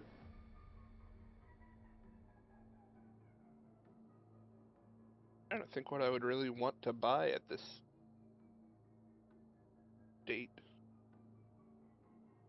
Yeah, if there's nothing. Anybody that's else have business here? I don't want to be. If there's nothing that's like immediately like, oh, I gotta have it. No worries. Right. Can she get me a key to this car? How do I get a replacement key? So she says to you, she could source a counterfeit. She could source a counterfeit key to that car. However, it will cost you due to the nature of the key and also the nature of the car, which she would also note, like, once you kind of are passing information, she's trying to get a real price for you. She'd say this car's stolen. It does look like the title has been swapped over, but it does look like there is a warrant out for the vehicle. The fact that it's been kind of just San hiding. Francisco, right? No, Fresno is where it was at, but the Or Fresno, yeah. the warrant has actually expanded out from there. Seems there were sightings of it leaving Fresno and heading southbound towards the SoCal border. So Has it expanded to Night City? the SoCal border is Night City. So she says, I can do that for you, and I can wipe this clean. Like, I can get this handled. It's gonna cost you 10,000. and that's half price. All right, let me get the funds together. I'll get back with you. Okay. And in the research that I saw, was that generally the best option? She'll say, if you want to pay half now and half later, I'm okay with that. I can get the work done maybe before you get the next 10 or next 5. But since you just did this good job for me, I'm willing to scratch your back. I trust you enough. I know where to find you. I'll do that. And like, again, She'll do anything to get that $5,000 out. yeah, I want your Yep. money back. Make people feel rich. Give them Jody, I things. promise if you want something from her, it's $5,000. Depends on what you request.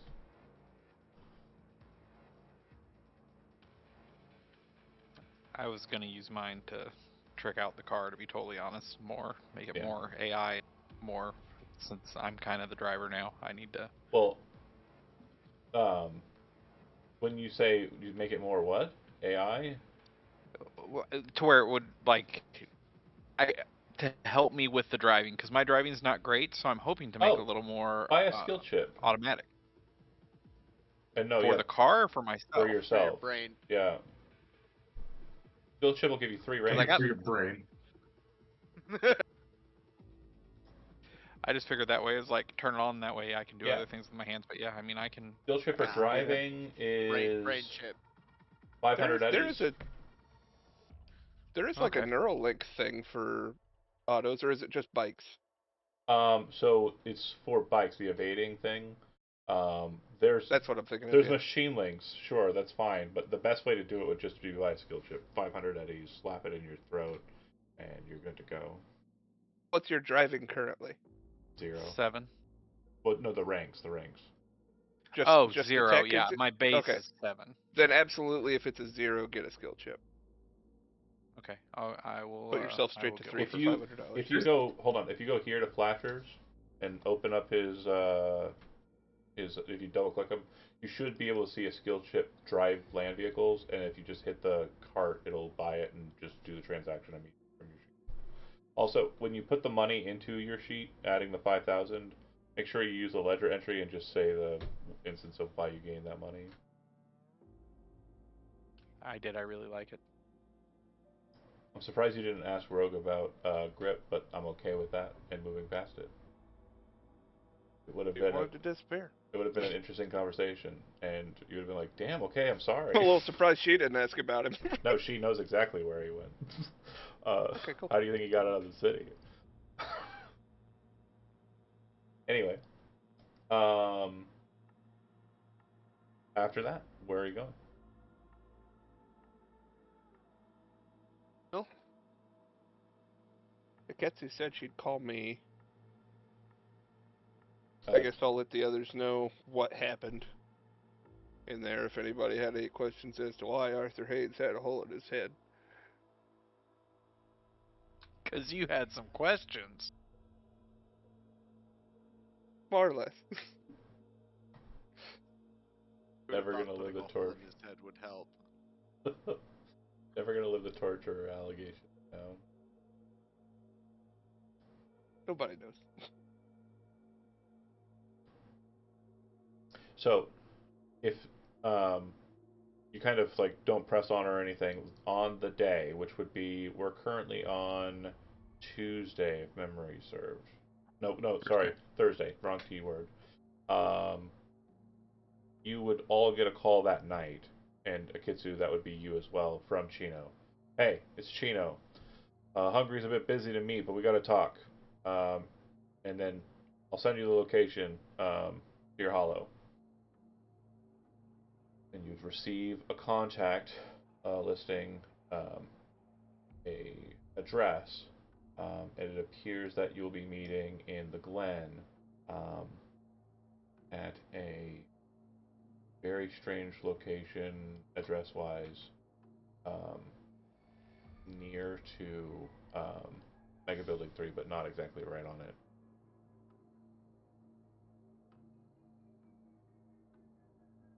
Guess I'll walk. Akitsu, you have a few options to arrive there, either by vehicle, like normal car vehicle, or you could attempt to have an AV pilot you to that location, but that would obviously make you very We'll obvious. take the car. Yeah, we'll take the car. And then Leo, before nightfall, you basically get a card for the car, and they say that this will work. But if you get pulled over, they're going to scan it, and you're not going to be the owner yet. They're still working on that part, but you could still operate the vehicle. It just will be hot. Do you want to use the vehicle, or are you going to go a different route? Nah, I'm not gonna use it yet. Riding with Squints. Yeah. I'll send Squints a message ask if he can pick me up. Okay, and then Aw, yeah. Kincaid driving solo. Oh, stepped Yeah. away. Oh, gotcha, cool. And then switch riding with the whole crew, or are you just going by yourself? Whole crew. Okay. No, riding with the whole crew. You all arrive, and you would arrive at a location I do not have the icon for in this. It was in Roll20. I forgot I hadn't ported it. But it is basically a small little spot to park, and you're parking behind a food truck, bright red, Hungry's Burgers on the side. And it looks as though the address that you're going to is this small little warehouse behind what appears to be like a homeless encampment. Um, when you arrive at the scene, it's very much like for a Kitsu, street level. This is something you've avoided pretty handedly, but Yeah. here you are on the street level. Switch. There are definitely places like this in Watson. This is not too dissimilar from a lot of the small paths and dead ends that you're used to. Leo, similarly, and Squints and Kincaid. You all have kind of been in this kind of neck of the woods. Um, a lot of people who see a Kitsu will kind of immediately go into their tents and kind of hide, like they think something's gonna fucking happen here. Um, when you enter into the building, very large, portly gentleman who kind of smells of meat grease kind of looks at you when you enter in. Says, "He's in there, trying to look all cool. My name is Mac, by the way, Mac Morrow. Head on in.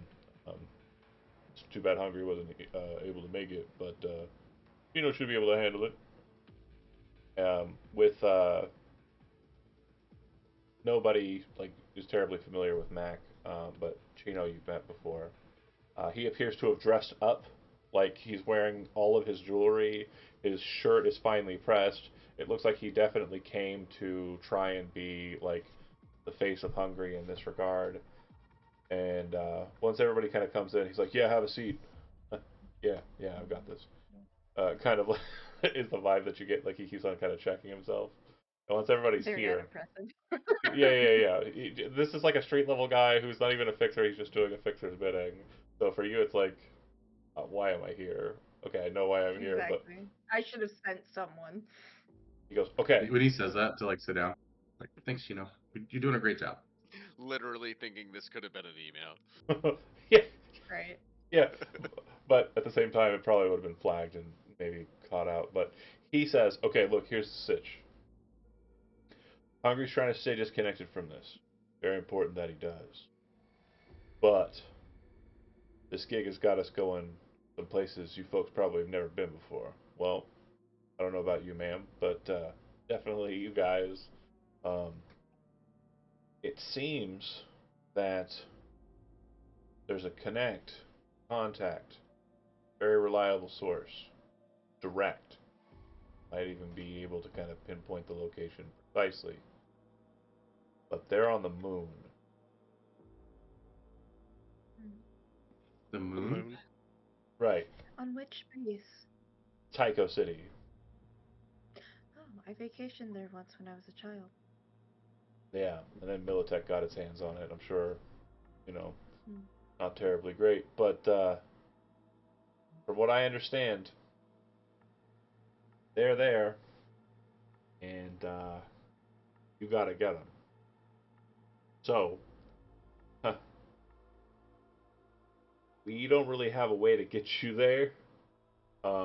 And I think Hungry wants to play it to you, Miss Kaneko, um, regarding that.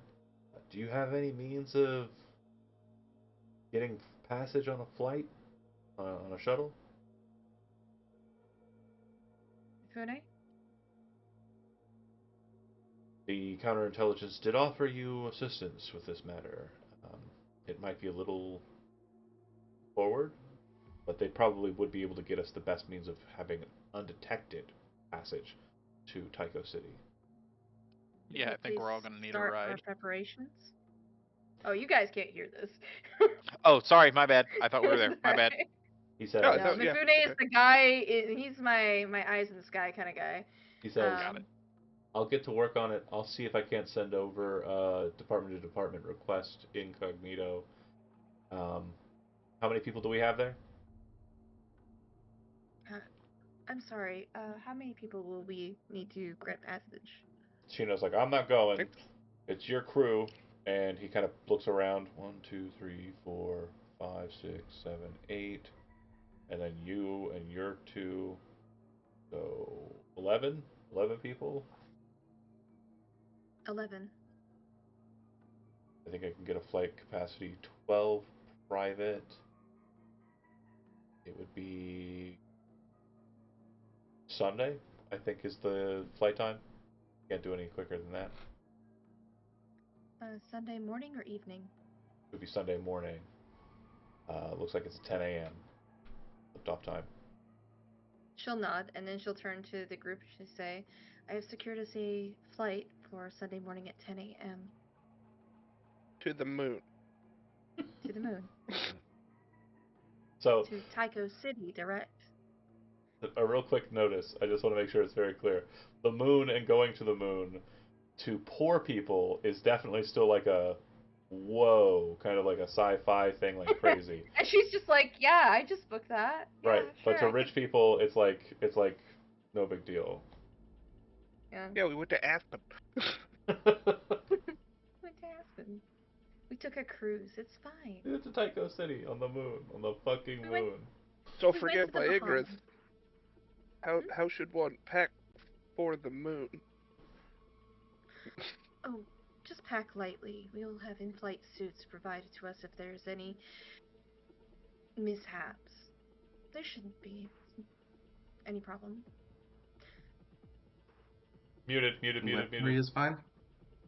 When you say all of us, you mean all of us and points at the crew?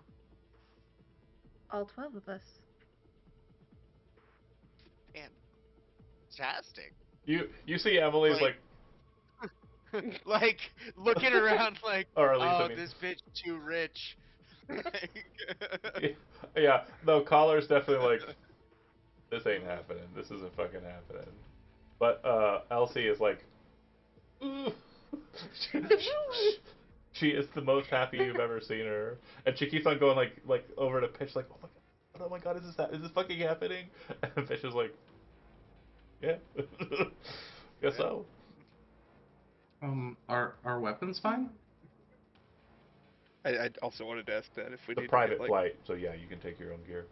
Yes, it is a private flight. Can you shoot guns in space? You Do can we have in to the get- artificial gravity that is established on the bases. Okay, better question. Should you shoot guns in space? Yes, they have protections against shattering and impalement and all those kinds of things. Obviously, people would try to bring guns with them, and it's And all been accounted for long ago. third question, have you shot? Guns in space? No, no. Unfortunately, the last time I was on the moon, I was still a child. So you would see, like, when you say that, you would see, like, the girls, like, with Switch kind of, like, look her up and down, and you see one of them go, oh, as they spot the Senko, and they're like, oh. and you, Switch, Oh, you, she'll just angle herself to give a better Oh, look yeah. at the nice Jinguchi When- labeling on it. when she dips to the side, like, you look at it too, Switch, and you realize that gun's, like, an entire year's worth of rent for you. You're like, this is kind of stupid. You should shoot that in space, frankly. Honestly, Mark, you brought your crew with you, right? Yes, obviously. Okay. Toshira's probably I out assumed. in the car, but Kumiko would have followed me in. She's a little bit less You would obvious notice to the eye. that Kumiko does like, and this is something you notice, Kaneko, because like she's very obvious in her subtleties. She's not as skilled as like a social interactor as you are. It does appear that she takes pains to move to the different side of the room from Leo. Like she's trying to stay as far away as possible from him while still maintaining a presence with you. I'm sorry, can you remind me which one is Leo? Leo is Daniel Bunnell's character, and he would be the Okay. Netrunner. And information-wise, you would understand Ah. from Kamiko's understandings. He worked for Kang Tao, and he was a part of a counter Netrunner team that murdered Yeah. Netrunners, and like is trained to do Right. that. He's also a little Yeah, cute. which is also true. Which is exactly why I was asking, because if I notice her and that she is a net runner or in a bodysuit, I would be watching her the entire time. Make a human perception roll too.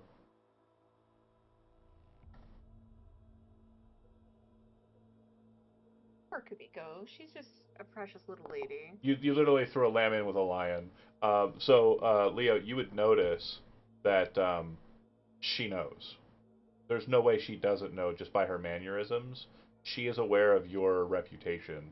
It's not a reputation that you like getting out there, but you get a vibe that she is definitely inclined to kind of like she's being very wary of you, and every single little movement that you make, even when it's just like a oh I can check that like on your cyber deck or just on your agent or whatever, you see her kind of like defensively kind of going for the hand onto the deck. Like she just it's like literally like someone threw a person in with a lion.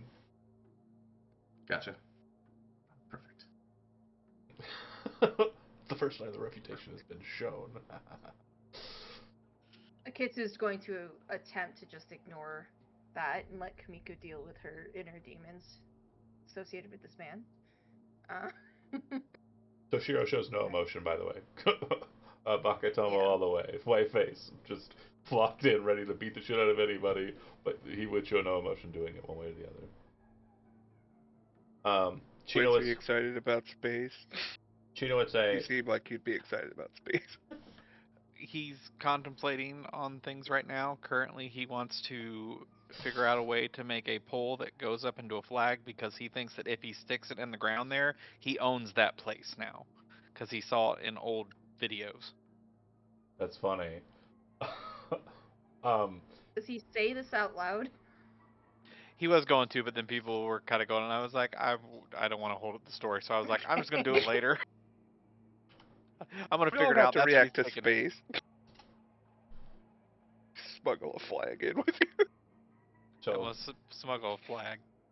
he would say, the individual that you'd be meeting with is on the western side living quarters. This individual contact is dangerous, someone to be taken as a potential threat, but they are also the only contact that we have. According to the boss man, move pretty incognito and as best you can in the city and make your way to finding him and his whereabouts. Once you're on the surface, once you're in the city, you're pretty much on your own. Other than we have the address of the guy, and you can handle the business as you like from there. My understanding is, Ms. Kaneko, you have, as you've demonstrated handedly, assets at your disposal. Unfortunately, for my understanding, is your capabilities at Tycho Moonbase or Tycho City are slightly atrophied due to Militech's ownership of that location. Indeed, once we are there, my outside assistances will be limited. From what I understand as well, um, my city police department has no operational function on the moon. Um, and Militech security teams are the law enforcement properties present. That's okay, I don't lean too hard on the authority anyhow. Now, I will say, just as a quick note and modifier to what was just said, you are absolutely able to still use your backup ability. However, however, you have to do one of two things to make that the case. Coordinate with Militech once you get on site, let them know you're law enforcement and you're investigating something. and then the county Mounties would basically be replaced by Militech operatives. Or we can reduce your count down to 1, and you choose one of the 2 people who blew themselves up to come with you, because there is a 12th slot that hasn't been filled yet, and they will serve as your backup. Your call. Oh man. You have like 2-3 days in game to figure that out. Could I possibly? Okay, yeah. Yeah. But how could I possibly choose who gets to go to the moon? Or before next time, before we actually are on Moon, you can have a Waterman character sheet built, and you can bring him along. The deputy detective who works in your department, who did all your library searches for you. That's right. Hey, you want to go to the moon? What? They're like, Hey kid, pack a bag. Pack a bag. We're going This address Sunday morning. to the moon. Is this the shuttle pad? What's happening? I say bring a jacket. And a change of pants. Hilarious. I'll think about it. So, and then again, if the 12th slot filling is important, I want to make sure that that's clear. You have 11 individuals with you. There is a 12th seat on the private flight. Asta is another option. Notable. And then switch. Yeah. If you want to call in an extra Mox, that's also, there is a option that I have that's available there. And then any NPCs that you'd be interested in like bringing along with you, like that you think would be helpful on the moon, that is an option as well. Any of the fixers we know have contacts up there? No.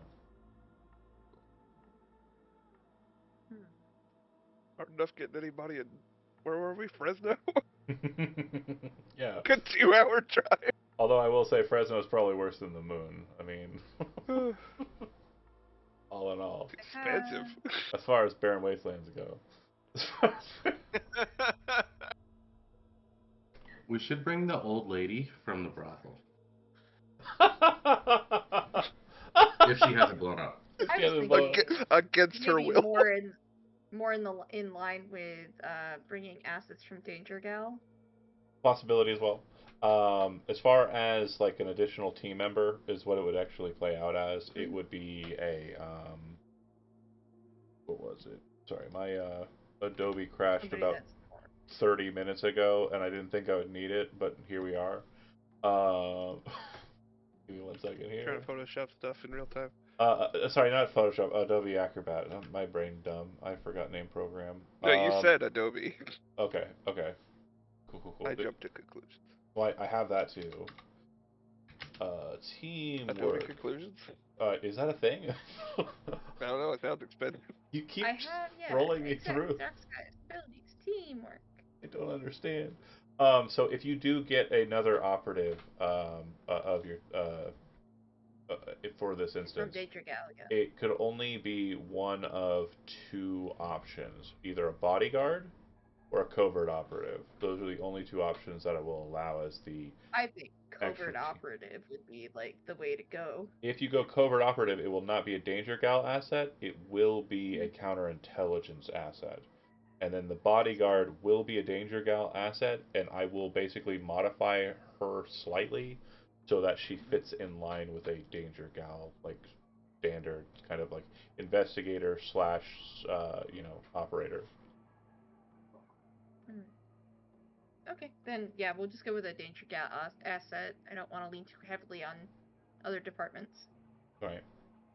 If we use that, because again, there are other options that are on the table. Like Switch could call in, it would be Holly or Prima that would come in and be your additional, and then Leo could call in Asta as your additional asset.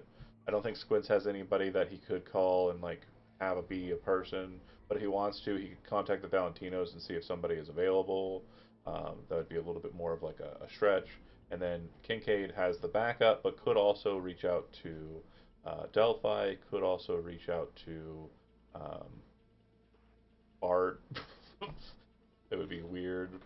But, That'd be funny. but then Bart would know about this, and that might be a problem too.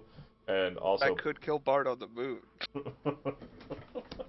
I'm just saying, if you want if we poetry. bring one of my assets, if we bring a Danger Gal asset, they are on my payroll, and so they're not likely to do anything that stupid. And also, they're not a named NPC, and therefore, if they die, it's a Oh, consequence. I want to make sure you guys are Exactly. 100% clear. There is a high probability of death on the moon for, like, Yeah. not just the NPCs, but also For you. everybody. Yeah, it's the moon. Oh yeah. No, not from the Cyberpunk, man. We It's can not always an die. habitable wasteland like Fresno. not from the moon. I mean from the situation we're walking into. I Yeah, want to the make land sure of it's. I played There's no Majora's atmosphere. Mask. I know how evil moons are. Majora's Mask. Uh, Fuck weird ass face. 3 days. You get 3 days, you sons of bitches.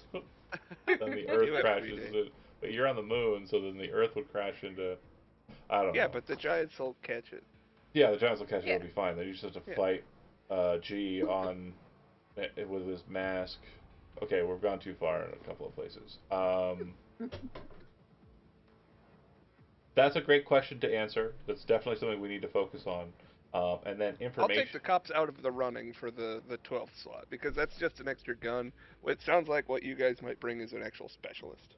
Yeah. Yeah, I'll leave Asta out. Now, in notifications. I don't know how badly we want somebody with an extra Neuroport that can be accessed. Oh, that shouldn't be an issue. I feel like it could be an issue. This guy's been taking over people's minds. Yeah. Pretty good at And it. From I've got, the moon, apparently. Crazy if good. that's a concern, I mean, I know I do have the information from that I got from Bernice that might be a way to protect ourselves against that. Is if I'm reading that correctly, Yeah. the Reaper override. Chino will say, well, if you got information, put it on the table for these folks. It's Netrunner shit. Leo's probably good at it. And you'd see a look from Kamiko like, I don't know. But at the same time, she kind of like shrugs, like not sure what you want to do. But yeah, you do have information that if in the hands of the Netrunner might be beneficial. I can get you a copy of the chip in question. It may be key to keeping ourselves outside of the realm of hostiles. If you have one, I'll definitely look at it. Yeah. Yeah, if that's the case, Mifune will patch and kind of say, you're holding the duplicate, I have the original here. If you want to hand that over to him, you can, Miss Kaneko. But you'll hear Mifune say, make sure that he signs contract. Should be on your tab in your clutch.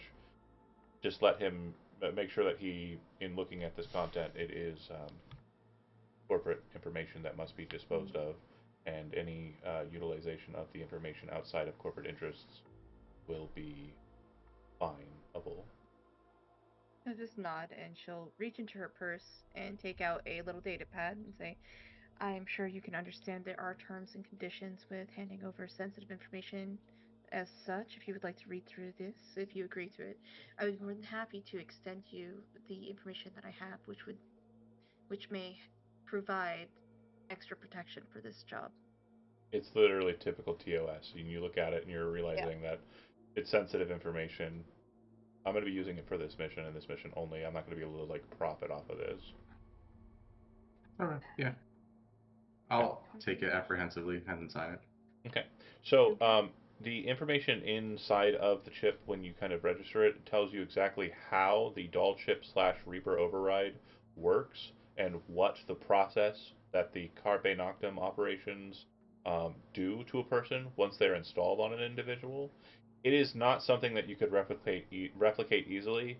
The doll chips are very like handcrafted and very skillfully done, and that's more of like a tech deal than a Netrunner deal. But what you understand is that they could be overridden pretty easily. I will be crafting before next session, since you got this, a quick hack that is basically going to allow you to turn off a doll.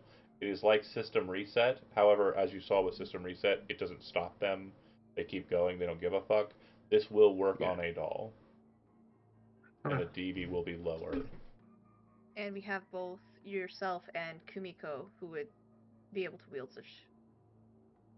Yeah, she's already gone through the information, but when you bring up her name, like in talking to Leo, she goes, "Yeah."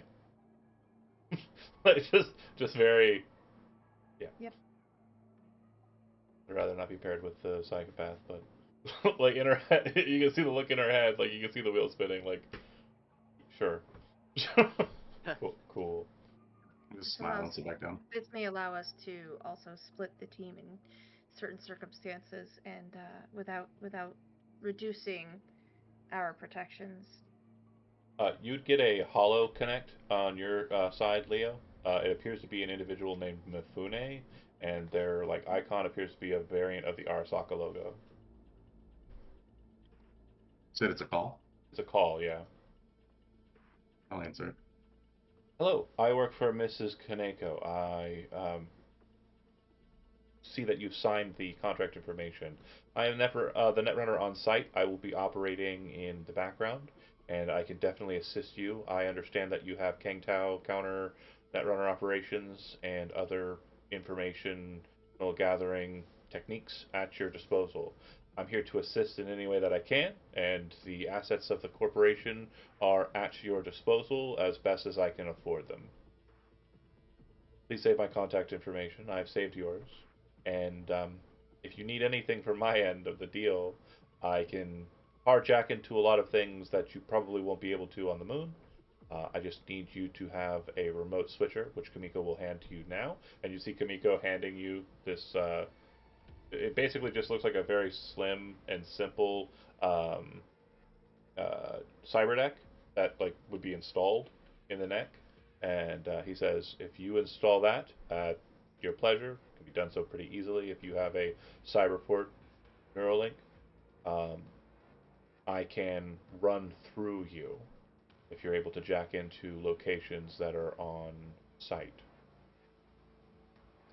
When she hands over the device, when I grab it, I make sure to like actually touch her hand as I like pull it out. Yeah, and you definitely notice like the kind of So creepy. like she kind of like shivers and kind of like backs away right after handing it over. Wipe her hand on her suit. And to you, Kaneko, like this is again, as far as etiquette goes, like this is a faux pas, like what she has done, not Yeah. what he has done. So it's kind of like Uh, her timidness showed, which kind of like mhm. shows the sign of weakness, and you're kind of like in the back of your mind, or if you want to openly scold her, this is definitely not good. Kumiko, straighten your spine. Do you say that in English or Japanese? Japanese. Okay, I don't know if Leo speaks Japanese, um, I don't but think so. I don't remember. yeah, you'd Her see that tone was harsh enough you'd probably understand you anyway. No, I you don't. understand that she was Harsh just enough for reprimanded. her. And I'll just reply. I'll keep it in mind, and I'll hang up. Yep. And yeah, the device that you were going to give to Squints that's like a big box version, he just handed you the same thing but in an operational like simple to function plug and play situation. If you have that in your port, he's effectively a second netrunner that is with you on the team. Yeah, later I'll check it out. Just make sure there's nothing Yeah, malicious. No way for him to do anything to me. But absolutely. that'll be later. Because so that's on the docket. There's a couple of other things, point of orders that we need to finish through. Um, So I sent a map out in notifications. It is a very basic version of the 2023 or 2020 rather um, Tycho Moon base, and I want to make sure we understand it to a degree, and then we kind of work through some things and terminologies that are used in this kind of language, so that we understand what we're talking about when we're moving in this space. So the city is very different than this, but this core structure here is operationally like built upon. Each of these sections is kind of independent of its own section, so that if there is a fault or flaw that happens in the location, it can effectively be partitioned and cordoned off, and that failure does not happen across the board.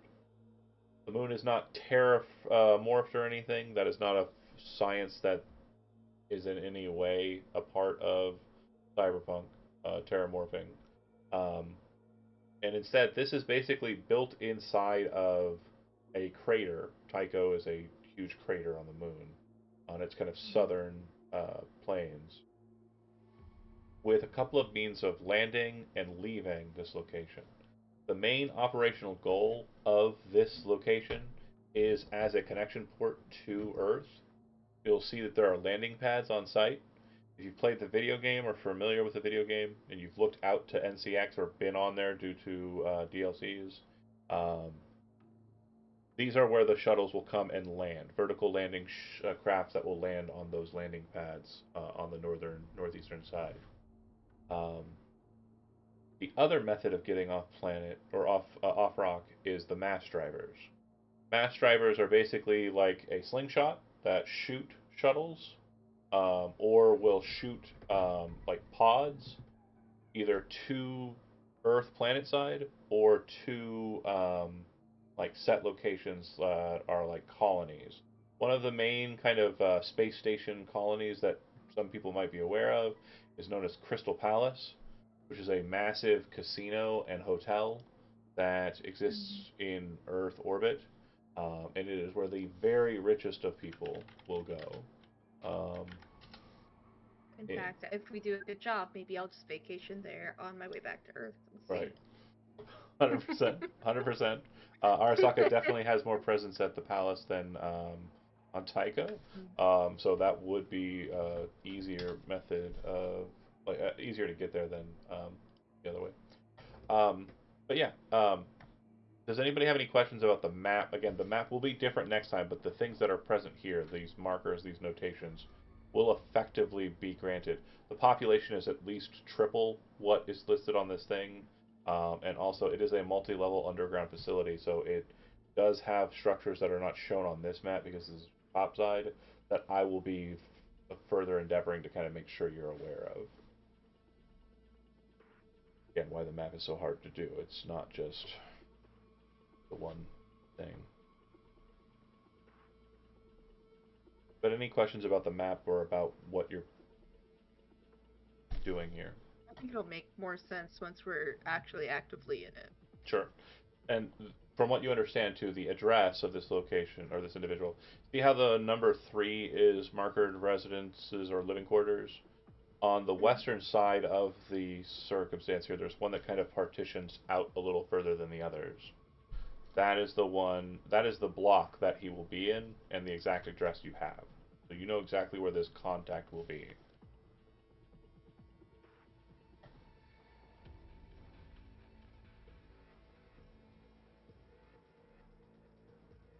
You said which one of those threes would it be in? So the one that looks like it kind of like goes a little bit further to the left than all the other ones, Okay, yeah. that one. And I'll have a name for the blocks when we get to next week. I'll be going through and kind of seeing if there's any resources I can pull.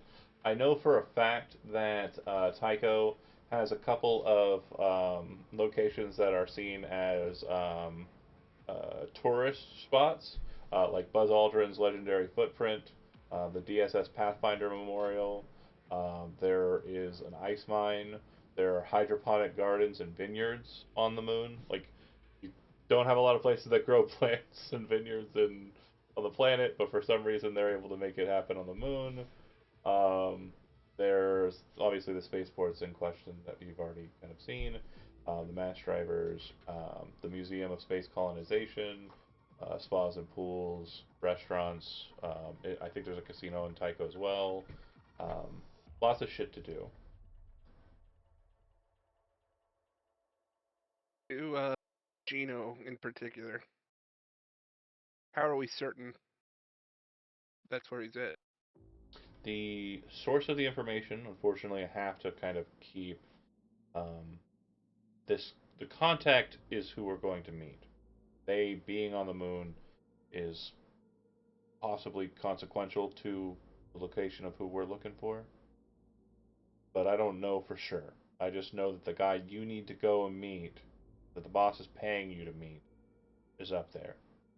Now, obviously, you want to do this job, but Hungary also understands that you kind of want to get paid to do it.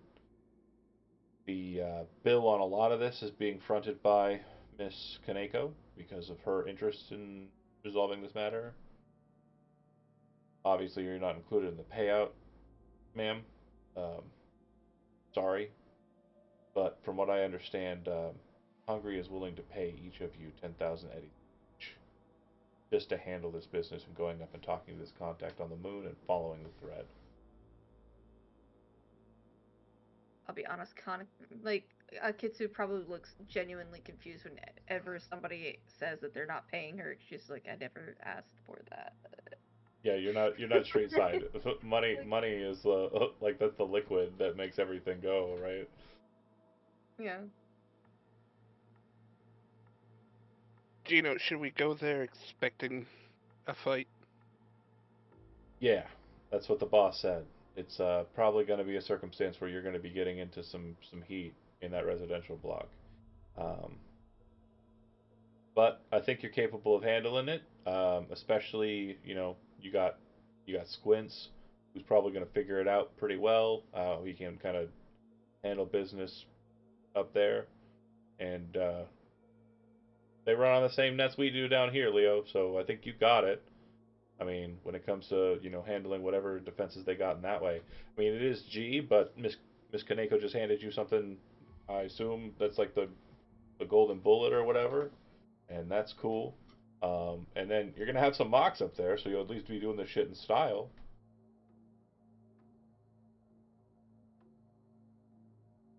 Isaketsu, what are your plans for the quarry? Does Arasaka mean to acquire them? Yes. If at possible, and I would like to stress this, if at possible, we would like to apprehend them and take them in alive. However, I do understand with the circumstances surrounding past incidents that may not be possible. Still, the goal would be to bring in Z alive, to put him forth for Arasaka for the crimes and injustices he has committed, and for the terms of contract and breach thereof. However, I believe we all would like to get out of this alive as well. The boss says nobody dies on this one, if at all possible. So if you got to kill this guy to make that the case, Miss Kaneko, I'm sorry. I'm paying these guys. Well, the boss is paying these guys. Almost got too big for my britches there. But the boss is paying these guys to make sure that the job is done and make sure they come back home as well. Apparently, I'm aware of the past sensitivities, and I understand. yeah. Just I'm selling you guys. I mean, I'm not hungry, so I don't got the voice or nothing, but I'm just making sure you know if it's your ass or his ass, smoke him.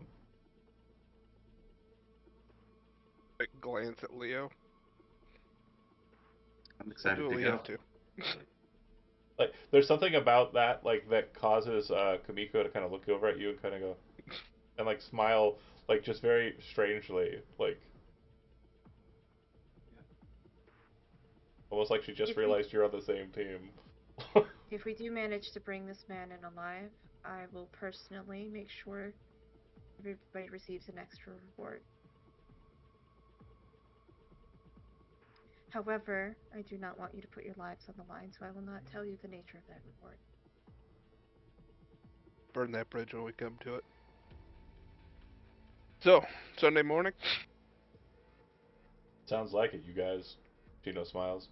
Um, the boss says if you need Okay. anything in particular and it's in his grasp, to go ahead and reach out to me.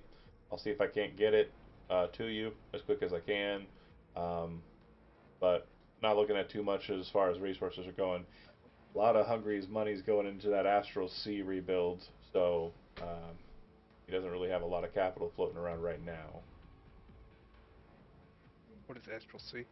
Astral Sea is a bar that has actually existed in Cyberpunk Dark Skies since you played back in 2020. It is a bar that is inside one of the mega buildings, and that mega building has definitely become a lot more of a mega building since then. But yeah, it is. It was shut down because a group of assholes ran in, killed the fixer who was running it named Grease, murdered him, and then Soul killed his netrunner, and now Zigzag uses that AI Soul killed uh, program as the AI for his phone. he was the one.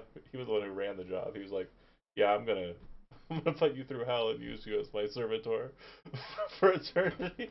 You said something, Zach. I didn't hear you because you were muted, but I'm sure it was witty. This mine now. This mine now. Good times. Okay. It's currently Friday, correct? It is currently Thursday night. I think it's Thursday Thursday night. evening. Okay. Whenever we go to head out, I'll talk to Squints. So, how's that biolon coming along? Might be useful for this trip. I've been really busy. Haven't had a lot to work on it, but we can take a chance on it for the downtime we have till we go. I can absolutely get on it. I'd appreciate that. If you need anything from me, any assistance, just let me know. Yeah, no problem. John, yeah, I'll focus on that during my downtime before we go. I think we discussed that this the cost of this thing would probably be in the very expensive territory. Is that right? It wasn't that big, I didn't think, because it was just something to wake him up if he goes out, right? Yeah, which is. Oh yeah, it was the cheapest, whatever the cheapest option was out of all of Yeah, them. it wasn't anything super crazy. Okay. I don't think it was like an everyday or costly or premium. I think it was either expensive or very expensive territory. So I'll just go ahead and put it to a random roll. Leo, since this is the thing you're wanting, go ahead and roll a d10. If it is 1 through 5, it'll be expensive. If it is 6 through 10, it'll be very expensive. Just going for basic stuff. So it's going to be very expensive. What that means is that it will not be doable in the time allotted to you unless you're wanting to backlog your abilities to have kind of done this in the past. What I'll be asking you is, go ahead. He did ask me I'm aware. to do this a while ago, so that's what I mean. There He has would have been been wanting to do that, and I haven't been doing anything else with my downtime. right, but there has been no official statement of it happening. So what I'm going to basically prerequisite off of you is a capital influx for it to actually have happened in the past. So if it is the case, and you've been working on it, a very expensive item would be treated as an expensive item for the purposes of inventing and fabricating. I need you to roll twice. I need a tech roll for cybertech. The first one is DV21. The second one is DV21. The first one is to invent, so it needs to succeed before we get to the second one. So roll the first one. DV21 is not beaten by a 20, which means that your invention process has effectively been wasted, and you have not been able to invent the device.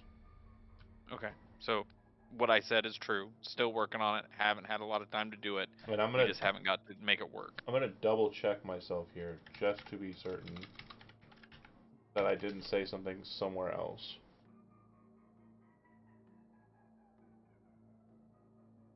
There is nowhere else that I have discussed inventing in this instance.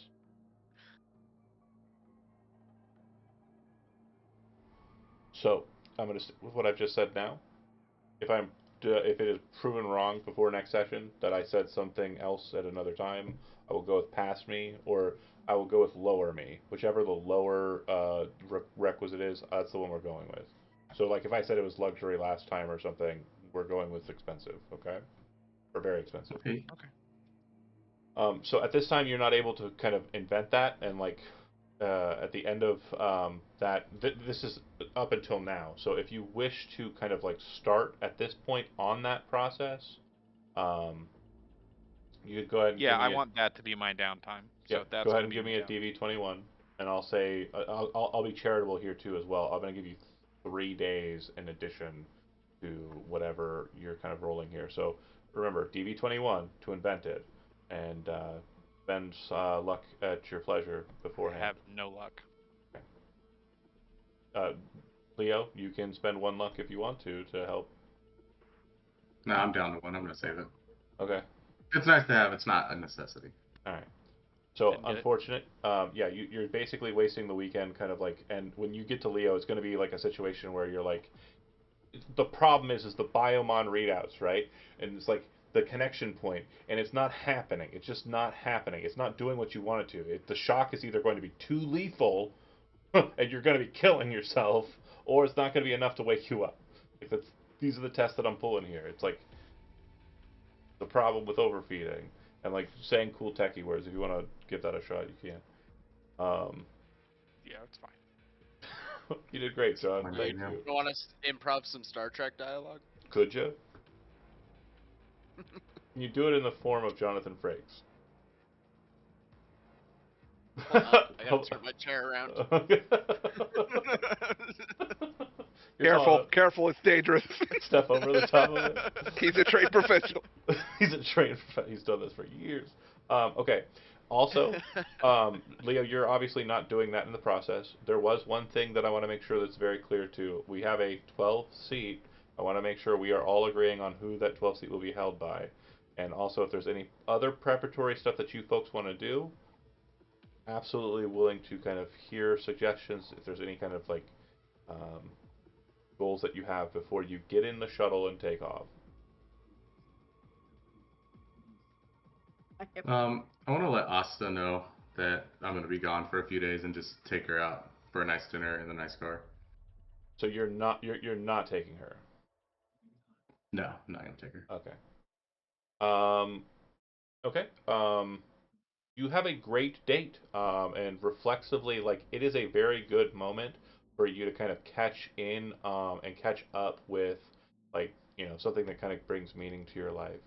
So with that, I would like for you to tell me how much are you wanting to spend on this fancy dinner and night out? That's been up to 1,200. Hell yeah. Okay. Yeah, yeah, yeah. So I'm gonna say that with that, where is it? This is a humanity gain incident, spending 1,000 eddies, over 1,000 eddies. Go ahead and roll 2d6.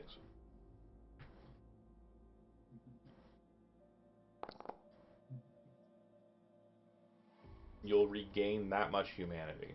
So if you can't raise it over like your maximum, I think that's the case. You'll basically just set back up to your maximum. Sweet. Okay. Switch, is there anything that you want to do before taking off to the moon? Partying, hanging out with friends, or do you like have anything that you want to like seek out or do? Might do a little bit of shopping. Okay. Shopping in this game is not an activity or anything. Yeah.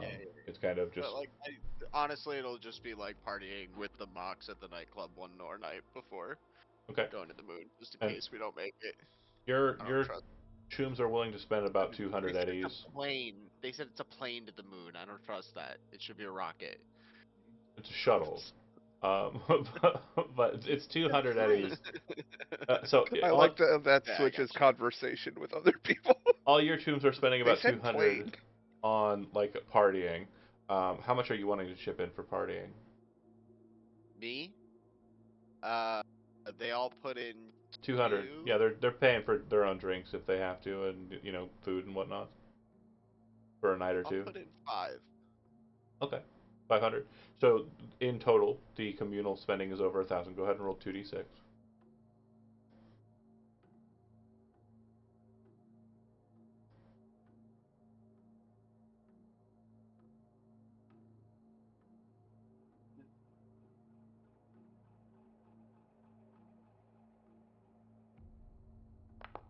Ooh, why did it?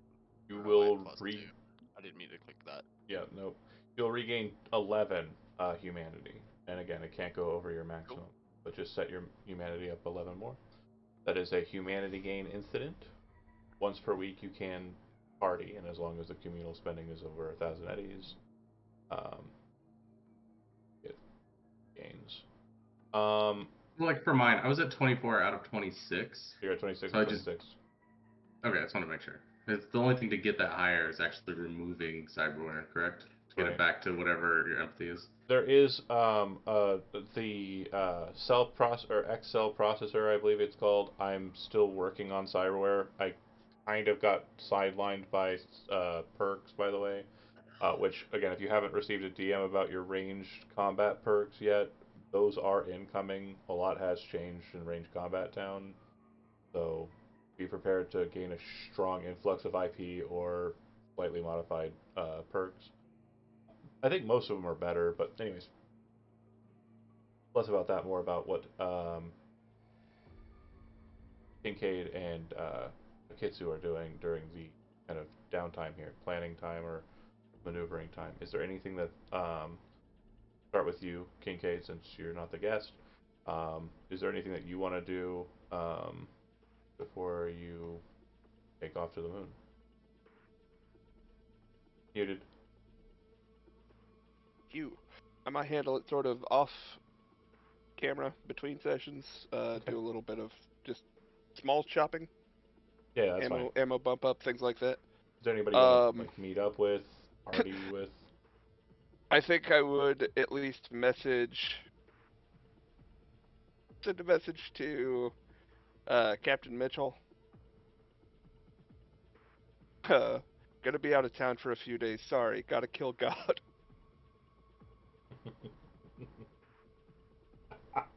The proper JRPG, I'm telling you. Yeah, that's what this is Final Fantasy. Maybe I name an episode that we'll see. But okay, he replies, but it's basically he's asking for details and you don't want to give them. Um, He should know better. do you have anything else that you want to kind of anybody else want to reach out to or any kind of engagements you want to process therein?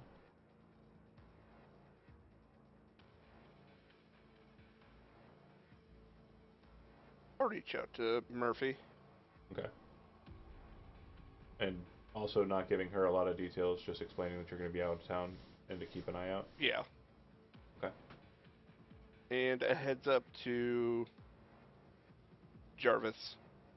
Very cryptic. I might have a solve. I'll see you in a week. Look forward to it. Um, It's very quiet Kincaid lifestyle. you rest and you relax, focusing up. Kaneko, you're the last person we're going to talk to, but I just want to make sure that there's one thing I want to stress. So, Asta's not the person. Switch hasn't, pushed forward anybody of the Mox or anything yet. Kincaid has a cop that, he could pull, or we could give Akitsu an additional team member. These are the options that are on the table for the 12th seat. So I just want to kind of handle that vote and that business real quick before we kind of have um, Lark go through the final stages of the processing here. If they're funding it and she is our guest, I'm totally okay with voting in her favor Okay. of It's on payroll. character as person 12. And Squints, you have no qualms. Like, there's no like, you don't want to reach out to like the Valentinos and maybe try and make that a connect. Okay. I don't think so. Okay. Switch. Also same. Yeah, I'm okay with it. And Asta was already shut off the block. Did you didn't Leo? You didn't really mention it, and I'm pretty sure you did that intentionally. But I'm just checking. You didn't tell Asta where you were going, right? No, I didn't. Okay. So good. You didn't fall for my trap. Unfortunate, but here we are. I was hoping somebody would say something. Akitsu. Nice try. Yeah, we are. I mean, the only thing I got was I'm gonna kill God, but like that's not enough to go off of. He knows I'm the moon. Oh shit. Heading to Fresno again. Wink emoji. And God's like, haha, he doesn't even know I'm on the moon. But nobody knows he's on the moon. Not even you guys. You just think you're going to meet a contact. Akitsu, last but certainly not least, is there any planning, plotting, or prep that you want to kind of engage in to make sure that you are ready for this? And it could be as simple as Oh, partying. absolutely. It could be whatever you want. Absolutely. So first things first is I do want to schedule a team member to be assigned to this operation through normal payroll. On Wait, Danger, it's not coming out of my yes, on Danger normal Gal side, yeah. on Danger Gal. Um, Second, with all the confidence of a woman head to toe in Gucci and Chanel, I am going to be booking a full day at what the hell is that place called that we were talking about, the other station, the gambling Oh, station, Crystal Crystal Tower, Palace. Crystal something. Crystal Crystal Palace. Palace, yes, And for it's after the mission, yes. okay, perfect. As well as making a reservation at one of our favorite restaurants for my crew once we get back, because we will be coming back. Uh, and aside from that, I'm going to have to take some time to see what I can do, but I think I do have some IP I might be able to throw around Absolutely. to get me something to help build my team, and I think that's what I would focus on is building up my individual team members rather than focusing on myself. Okay. So before next session, I just want to make sure, and again, we probably will be ending a little bit early, just due in part to kind of where we're tailing. But I want to make sure you folks are aware of what to expect from me between now and next week, so we understand where we're at. By Thursday, you will have a map of Tycho City. Thursday. If you do not have a map of that by Thursday, Thanksgiving Day, I want someone to take the Brent roll and say, "Hey, John, we need that map," and send me that notice, and I will get it either done on Thursday or Friday. So you'll have it to look at and know exactly what to expect from the scene. Second thing that you can expect is because you are moving through Arasaka and the conversation with Kiri kind of was light.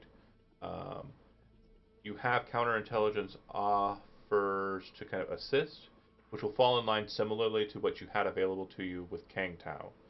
You'll have tech upgraded body or light armor vests, tech upgraded medium vests. You can get that kind of gear together.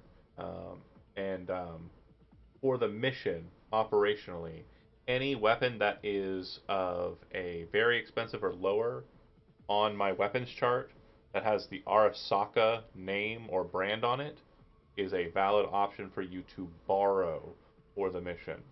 Um, I will try and get a comprehensive method of searching that list. Um, for the time being, it's kind of a use the wiki to the best of your ability. I think you just search Arasaka, most of those will be guns.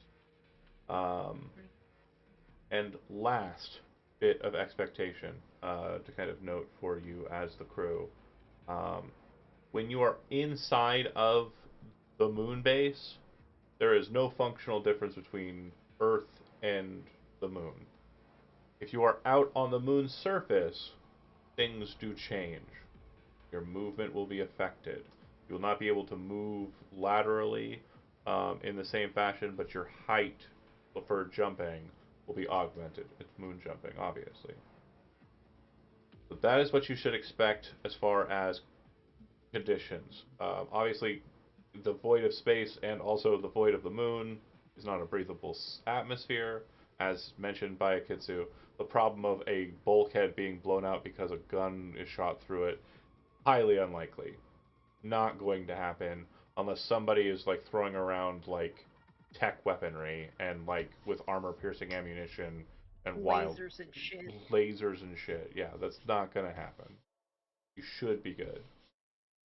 Any questions on any expectations or anything that you might want to like functionally understand before we close out tonight's session?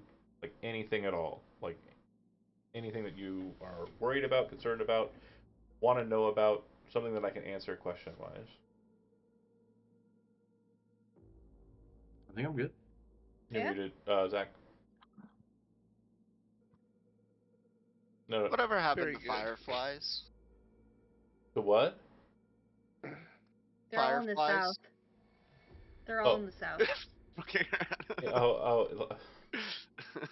Like, did I name a Well, they're not character this far Fire? south. What were you saying, Wilbur?